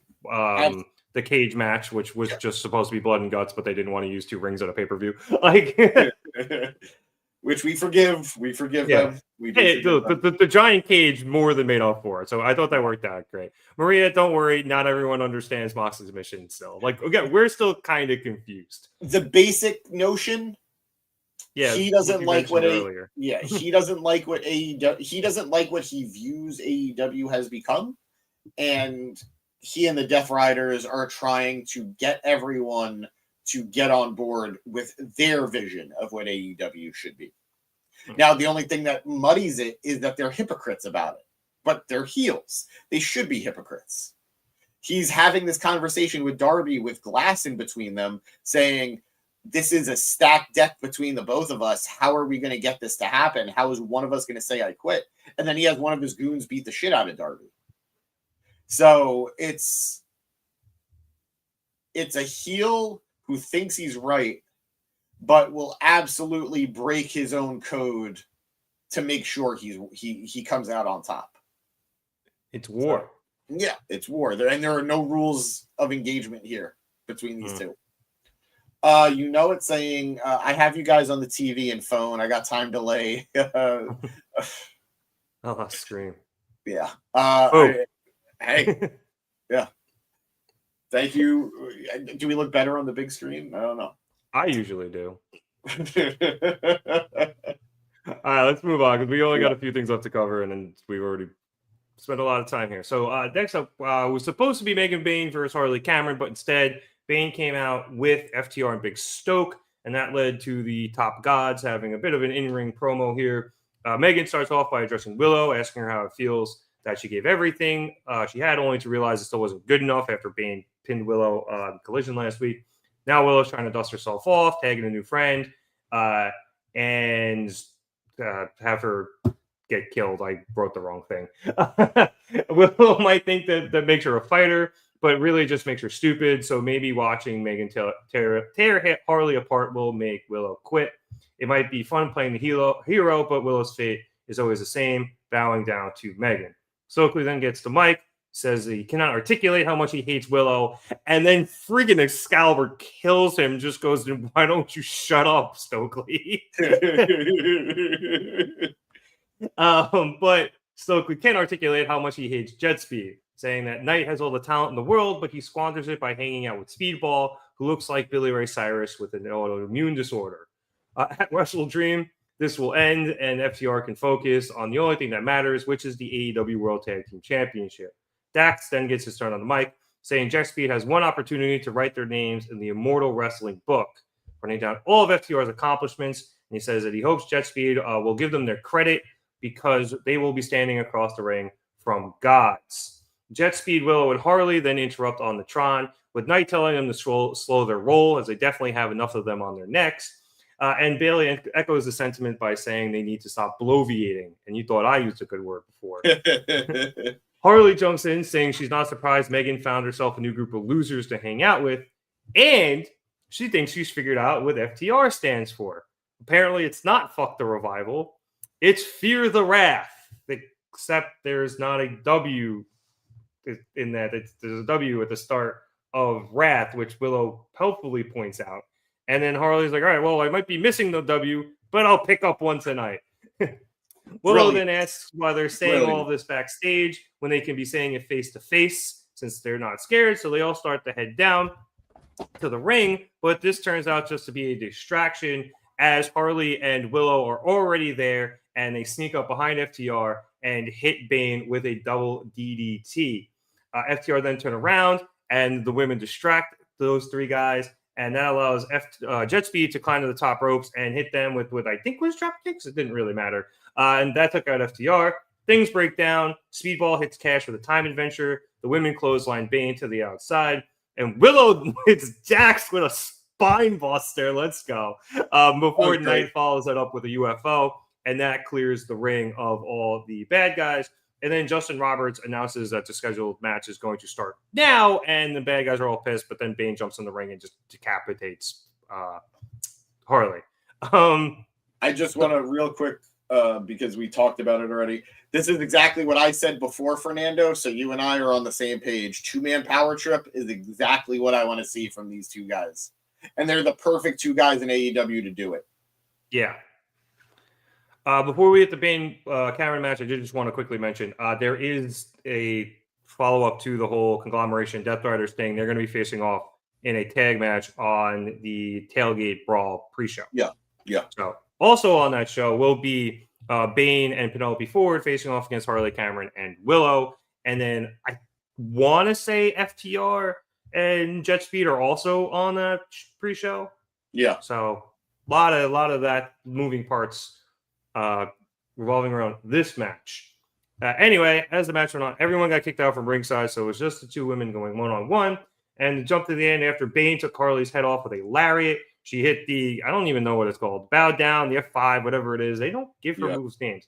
But Harley actually very shockingly kicked out of that, which I liked. No. Hold on. We got to take a second to talk about it. I didn't like that she kicked out of it. I love that she kicked out of it. But I loved how everybody reacted to her kicking out of it. Commentary couldn't believe it. Megan couldn't believe it. The crowd couldn't believe it. And if Harley could barely believe it. Yes. Harley couldn't believe that.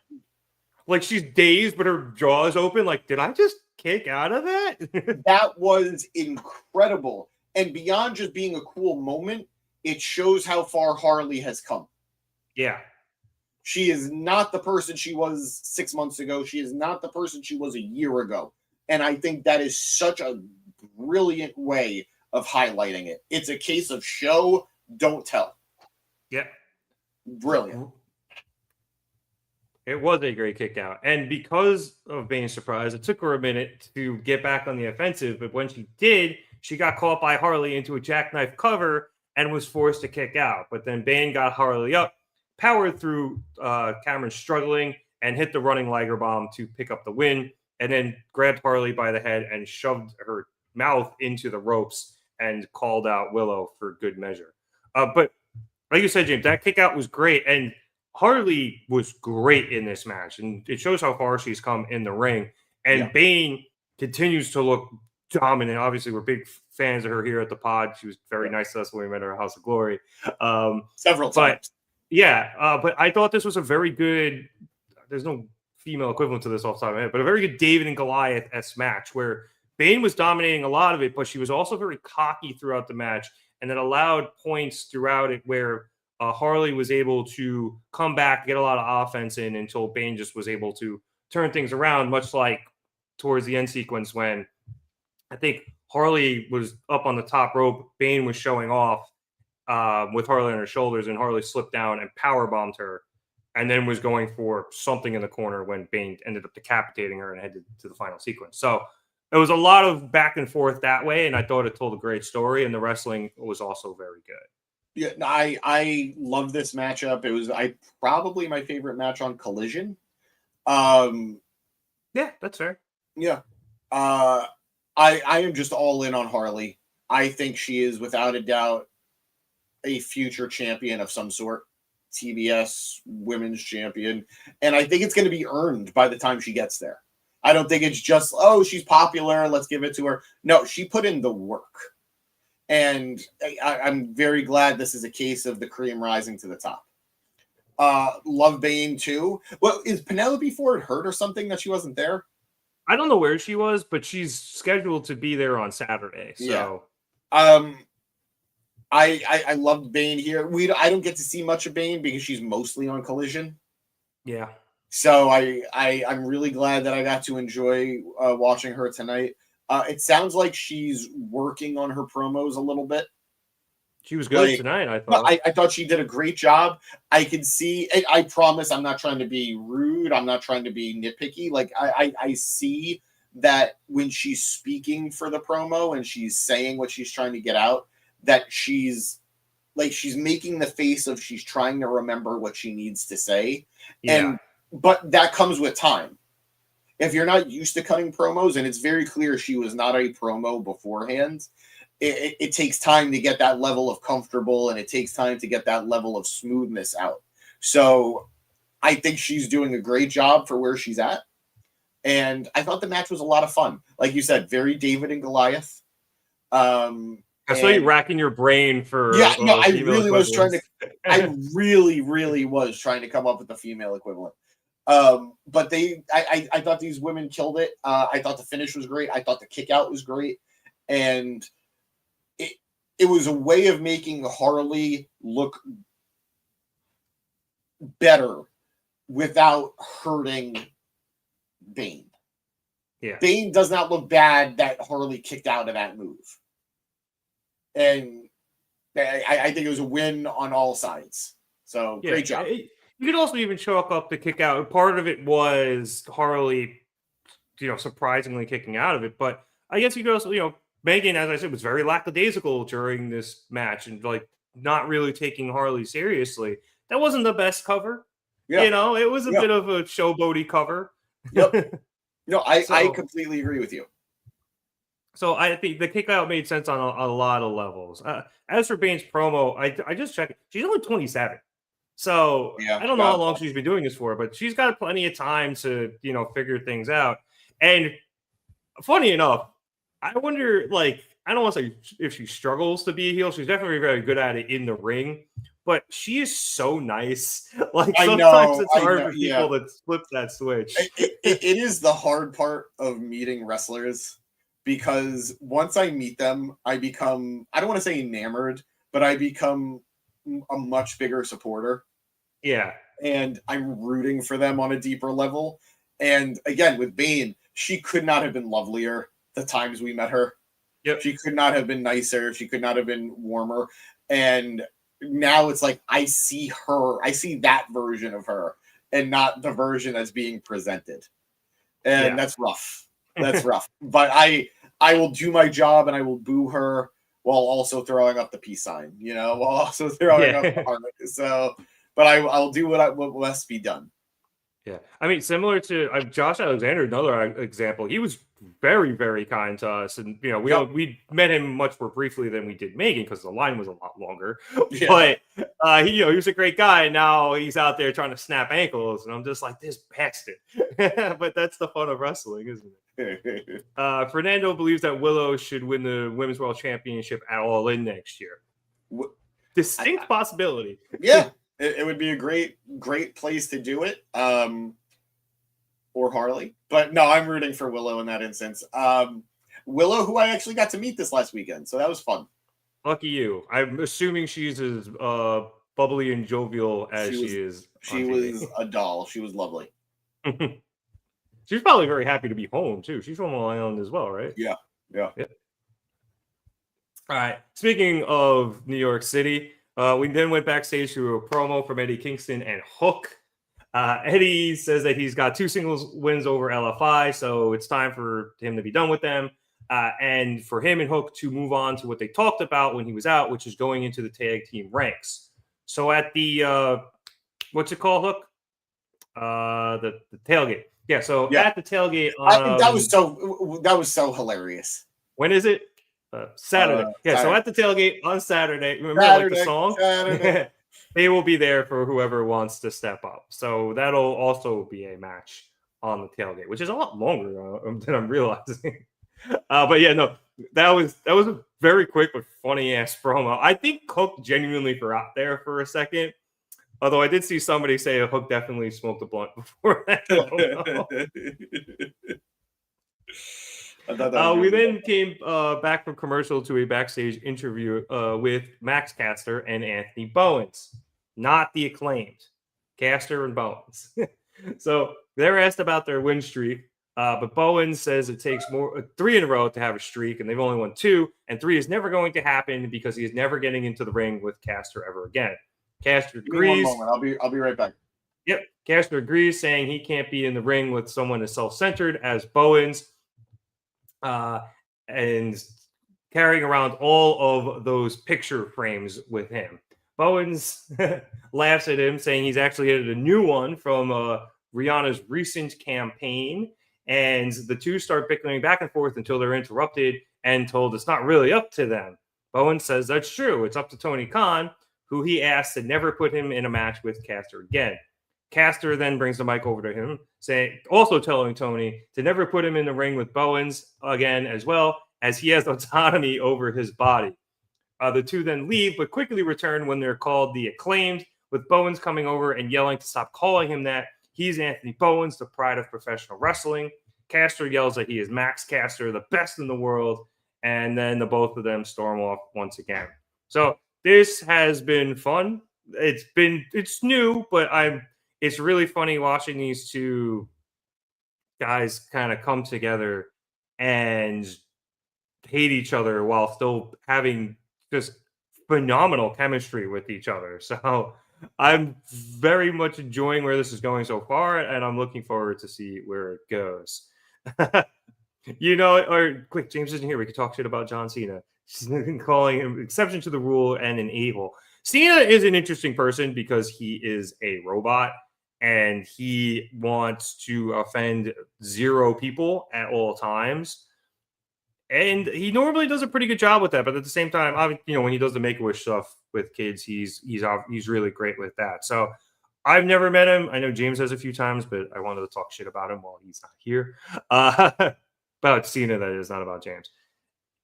But he's an interesting person. Let's put him that way. He's a different cat, as some people would say. And whatever. The Vince stuff isn't great, though, but we'll put that aside for another time. Anyway, let's get to the main events of the evening, which saw Mark Briscoe and the AEW World Tag Team Champions Brodito, obviously Brody King, and Bandito face off against Don Callis family members Kyle Fletcher, the TNT champion, Rocky Romero, back from Japan, and showing up unlike somebody else, although I'm sure my man Takeshita was doing a lot of media. I don't want to talk shit. And Lance Archer. Obviously, Don, that carny piece of shit, was back on commentary. And to jump to the end of the match, after Kyle hit a thrust kick onto Briscoe and knocked him to the apron, Brody then nailed Fletcher with a clothesline and knocked him out of the ring to the floor. Briscoe then followed that up with a blockbuster to the floor and basically took both of them out for a moment. Back in the ring, Bandito was able to take out Archer with a tornado DDT, and he got sent out of the ring. And then Brody picked up Rocky Romero and put him in position for the pile driver. Bandito hit the rope, came in, and just kneed the ever-living shit out of Rocky's head before Brody dropped him with the pile driver, and then they pinned Rocky for the win. After the match, Fletcher and Briscoe continued their fight up the ramp, and that spilled into the back, and we never saw them again for the rest of the show.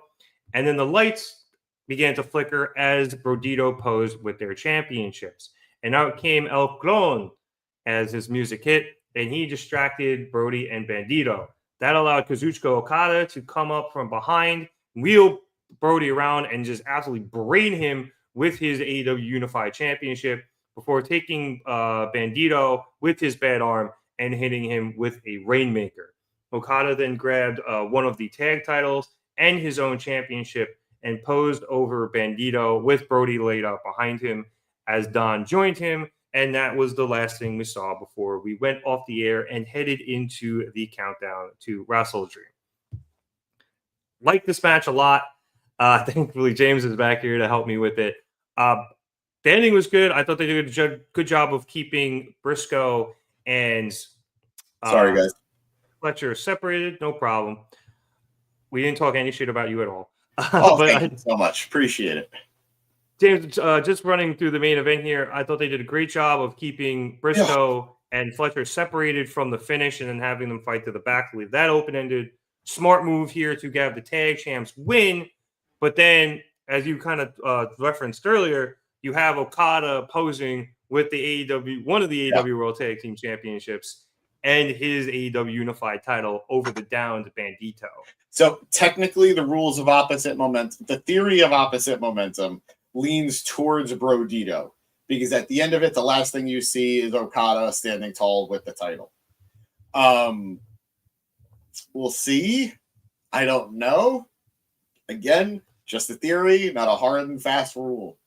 But I thought the match was fun. I thought the match was good. At this point, we know, like, I'm all in on Brodito. Whether this lasts another month or it lasts another year, I think they're a fun, great team with a lot of chemistry, and both men have really thrived teaming together, and they've made the tag team titles fun right now. Yep. A lot of Macarena. We got it from Briscoe heading into the commercial. Absolutely. Holy crap, I remember how to do it.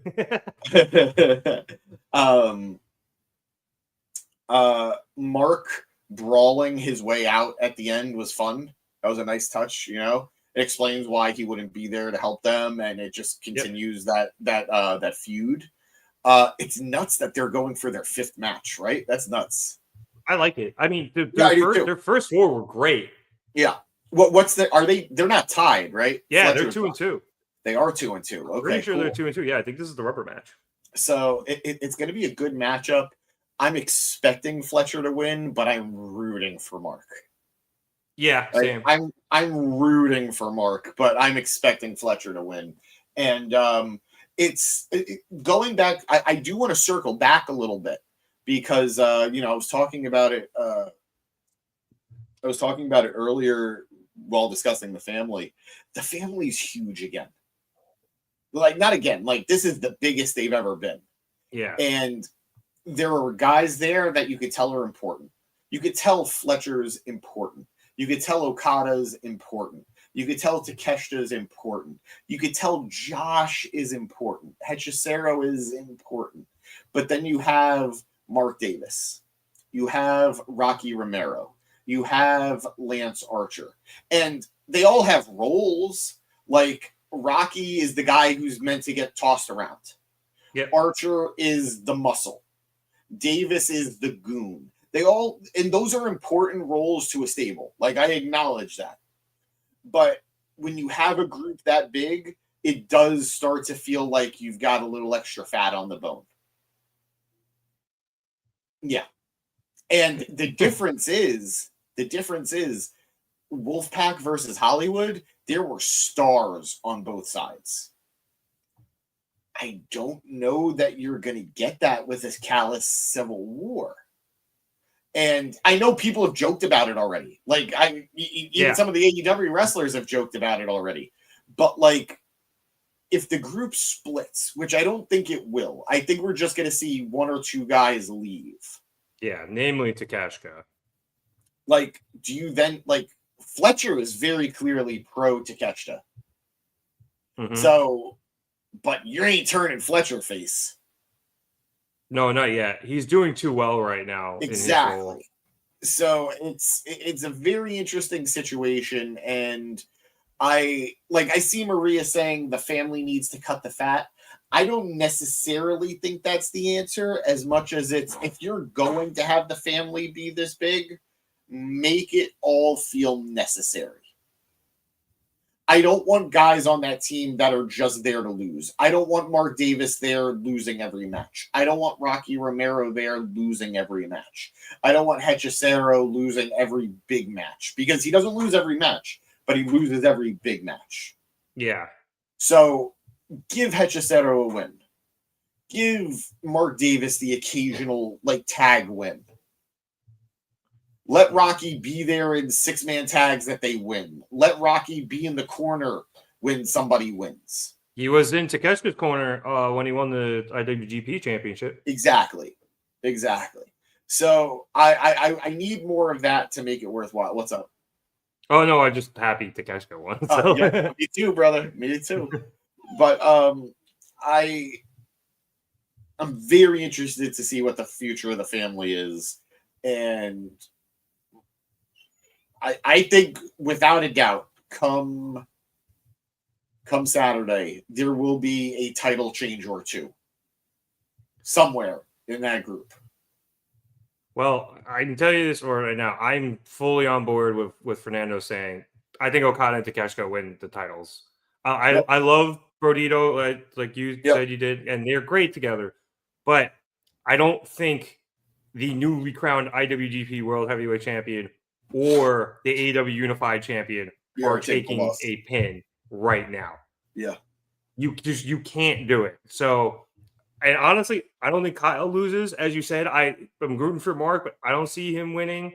Apparently Maria does, but I'm gonna. I clicked it too. Yeah, I don't think it's gonna happen. It'd be great. I love Mark. I don't think it's gonna happen, and I think we're gonna see a lot of titles floating around the Dodd Callis family for at least a little while. Yep, but I think that works though, just considering their size, having the tag titles, which is 2 belts, the IWGP, the Unified, and the TNTs. That's 5 belts, on that group.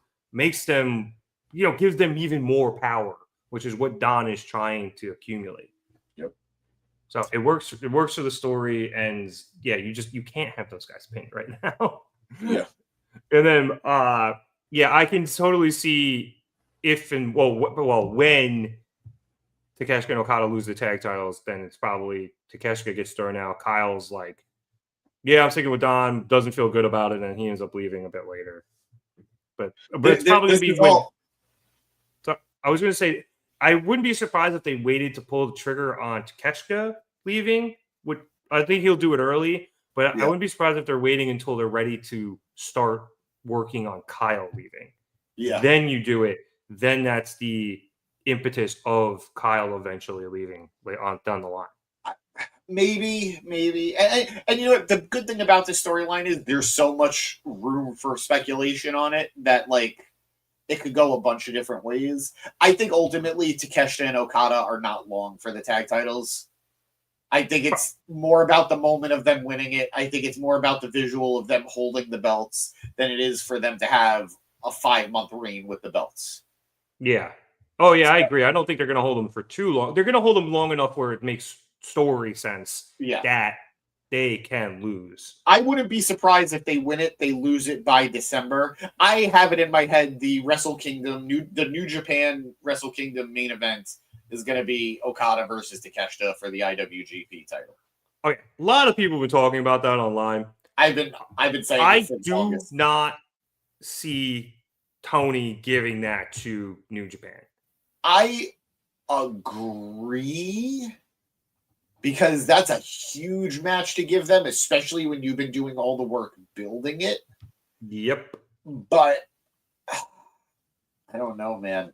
Now, there's Wrestle Dynasty, which is technically a co-branded show. Yeah, maybe, but then you're not doing it and I mean, it's a literal time, like time of the day when your main audience in North America is awake. I think we're seeing that it doesn't matter anymore.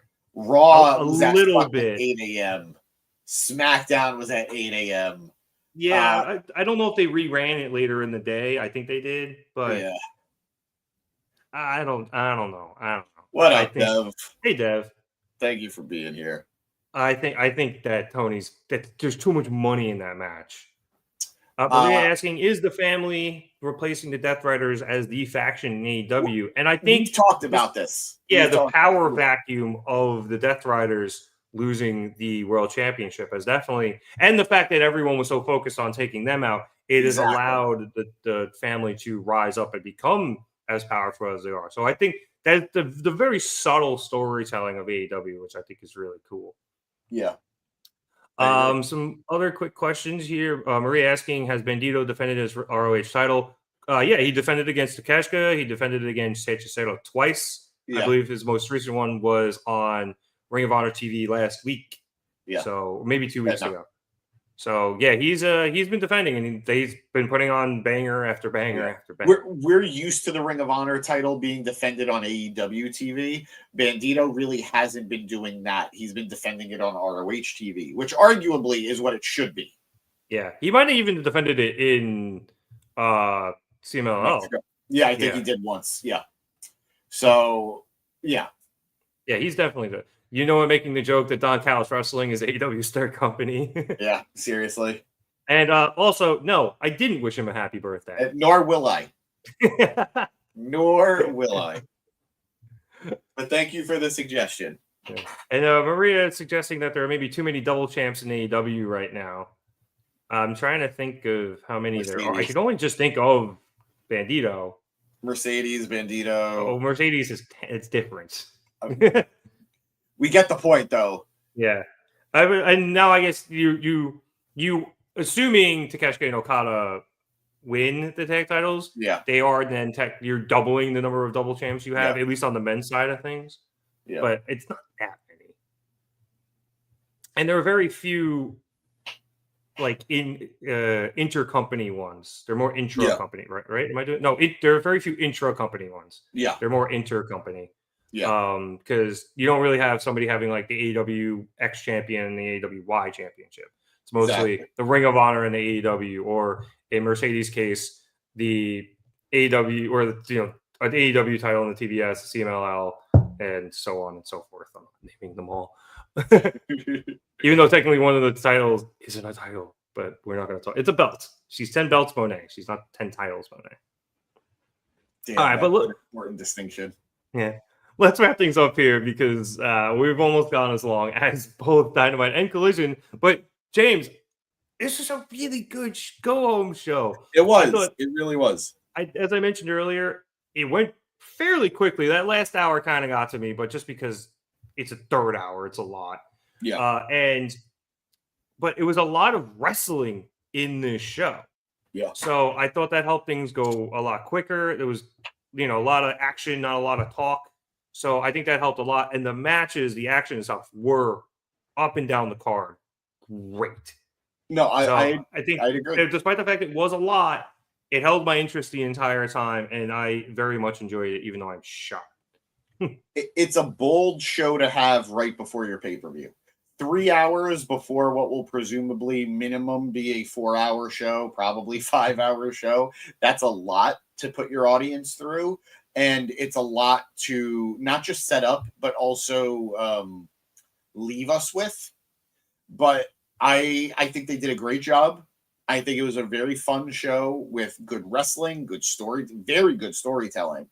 And I was already excited for Saturday, but now I'm like, can Saturday be today? So very well done on AEW's part. Tony booked a good show. Yeah, and obviously, I think normally, definitely normally, this would have just been a 3-hour taping, and Collision would be either, tomorrow or Friday. But yeah, this is just something. September and October, late September, early October, we're gonna have to deal with AEW because of the playoff rights that Turner has with baseball, and with hockey starting up. So I'm willing to deal with it every once in a while. At least they don't have the NBA playoffs anymore. So yeah, that'll be a little helpful come, March. It's just the hockey playoffs. But it's not something that's terrible that we have to deal with all the time. So I understand why they had to do this all in one show. It's just a lot easier instead of having to navigate the hockey and the baseball. Just do it all in the one shot when you have the time slot and get everything done. And now it's out of the way, and we can head into Wrestle Dream on Saturday. So Maria's calling tonight the opposite of the 3 hours of Raw and SmackDown. No, exactly. I remember truly, I remember back in the day when just Raw was 2 hours, SmackDown was 2 hours, and you'd get the occasional 3-hour Raw, the occasional 3-hour SmackDown, and it felt special. It felt like, oh my God, what are they going to give us in that third hour? And now it's the regular, and you want to claw your eyes out because it's just too much on a weekly basis. Yeah. Like, nobody complains when a pay-per-view goes 4 hours because it's once a month. It's a culmination. It's something special. But when it's 3 hours every week, it's a lot. And AEW's been doing it. Last week was 2.5 hours. I think 2 weeks before that was another 2.5 hours. It was a bit much. So I'll be very happy for Dynamite to go back to 2 hours next week. But because it doesn't happen as often, I'm okay. I'm okay. Yeah, actually, think about it. The playoffs should be done by next week. The baseball, well, not the playoffs themselves, but the LCS series. Yeah. Well, that's and another important distinction is that it's not 3 hours of Dynamite. It's 3 hours of AEW. We're getting our Dynamite and then our Collision. So all the people we don't see on Dynamite every week, the Megan Baines. I didn't get them tonight, and I was bummed about it. My lower third says it. No bang, but the Bang Bang Gang, Caster and Bowens. We did get them. Yeah. Yeah. I did that. I covered that while you were away. Did you I heard it. I heard it. Yeah. Yeah. But so like getting the guys that it's not like, oh, we're getting another hour of Hangman as champion. No, it's like we're covering we're seeing all the extra stuff. So it's a lot more palatable. Yeah, and Collision always has a different pace because it's normally only an hour, I think. Or no, I think it actually is usually 2. But it always has a different pace in general. And then when they do it only an hour, it's way different pace because there's not as much backstage stuff that they really have when it's a 2-hour Collision that they use to pad everything out. Yeah. So the change of pace was helpful to kind of like ease us back, ease us into that 3rd hour just because they were like, all right, you guys are tired. We won't beat you over the head. So yeah, it worked. They have a really good beat on it. It worked out really well. And like you said, it'll go back to normal, I believe, next week after we probably get a 4.5-hour show on Saturday.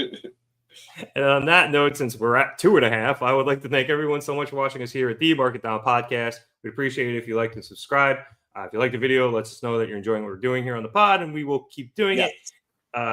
Yes, of course, Austin's going to fit with the Bang Bang Gang. I'm surprised he's not with them yet. No, he needs to be on TV. Oh, he is? He did officially join? Yeah, he's joined. He's officially a member on Jay White's orders or Jay White's, induction. Suggestion. Yeah. And that's right. I saw that a few weeks ago. You're right. That's why I'm of course, I'm watching Collision and he's not, no Bang Bang Gang. Yeah. That feels right. Watch Collision more, man. It's on HBO. It's Max. It's made easy to watch. It's a lot, but you're right. It's good. You're right. And if you watch it late enough, they'll cut the commercials out. It's like an hour and a half. Yeah.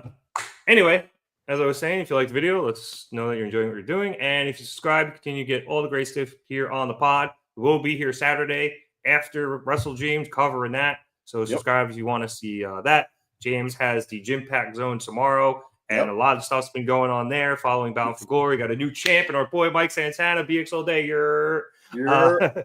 So be sure to check out the Gym Pack Zone. And we'll be covering some Raw and SmackDown stuff here and there, along with hopefully a few more WWE pay-per-views. We're just having a little trouble getting access to them with this ESPN crap. So once we all figure that out, which I don't think anybody has, we'll start getting around. I bought the first one. What was it? Oh, the one where Brock. Yeah, I bought WrestlePalooza. Anyway. Yeah. Hey, a quick TNA note. Indy should be Knockouts champ. Yes, go. Yes and no, but we'll talk about it tomorrow. So join I just me like Indy a lot. I love Indy. I love Indy. I am A-okay that she did not win on Sunday though. And we'll talk about it. Yep. So be sure to subscribe and join the Gym Pack Zone tomorrow. If you want to catch us over on social media, Twitter, Facebook, Instagram, TikTok, or Blue Sky, and you're here on YouTube, you can check out all those links in the description below. If you're watching over on Twitter or on Facebook, want to follow us in some other spots, Twitter is at marketdown_pod. Instagram is at marketdownpod. YouTube.com/marketdown3665. Marketdownpod.bsky.social over on Blue Sky, or just search Marketdown Podcast on any of those sites, and you will be able to find us. And go check out the Instagram. Matt got some good stuff from Comic-Con this weekend. I think James did as well. I don't know if he's posted any of it. But you could probably rehost some of your stuff if you want, James. But yeah, there's James is exhausted from Comic-Con here in New York City. It was an event. Yes, it was. But yeah, do you have anything else before we get out of here? No, excited. We have a lot of wrestling coming up. Hopefully a lot of stuff that we'll be able to attend. But we'll see. And we'll definitely be talking very, very soon. And I'll see you guys tomorrow. Yep. All right. So for James Asante, my name is Nick Cummings. Thank you so much for watching us here at the Market Down Podcast. Have a good one, everyone, and go to bed. It's 2:00 in the morning here on the East Coast.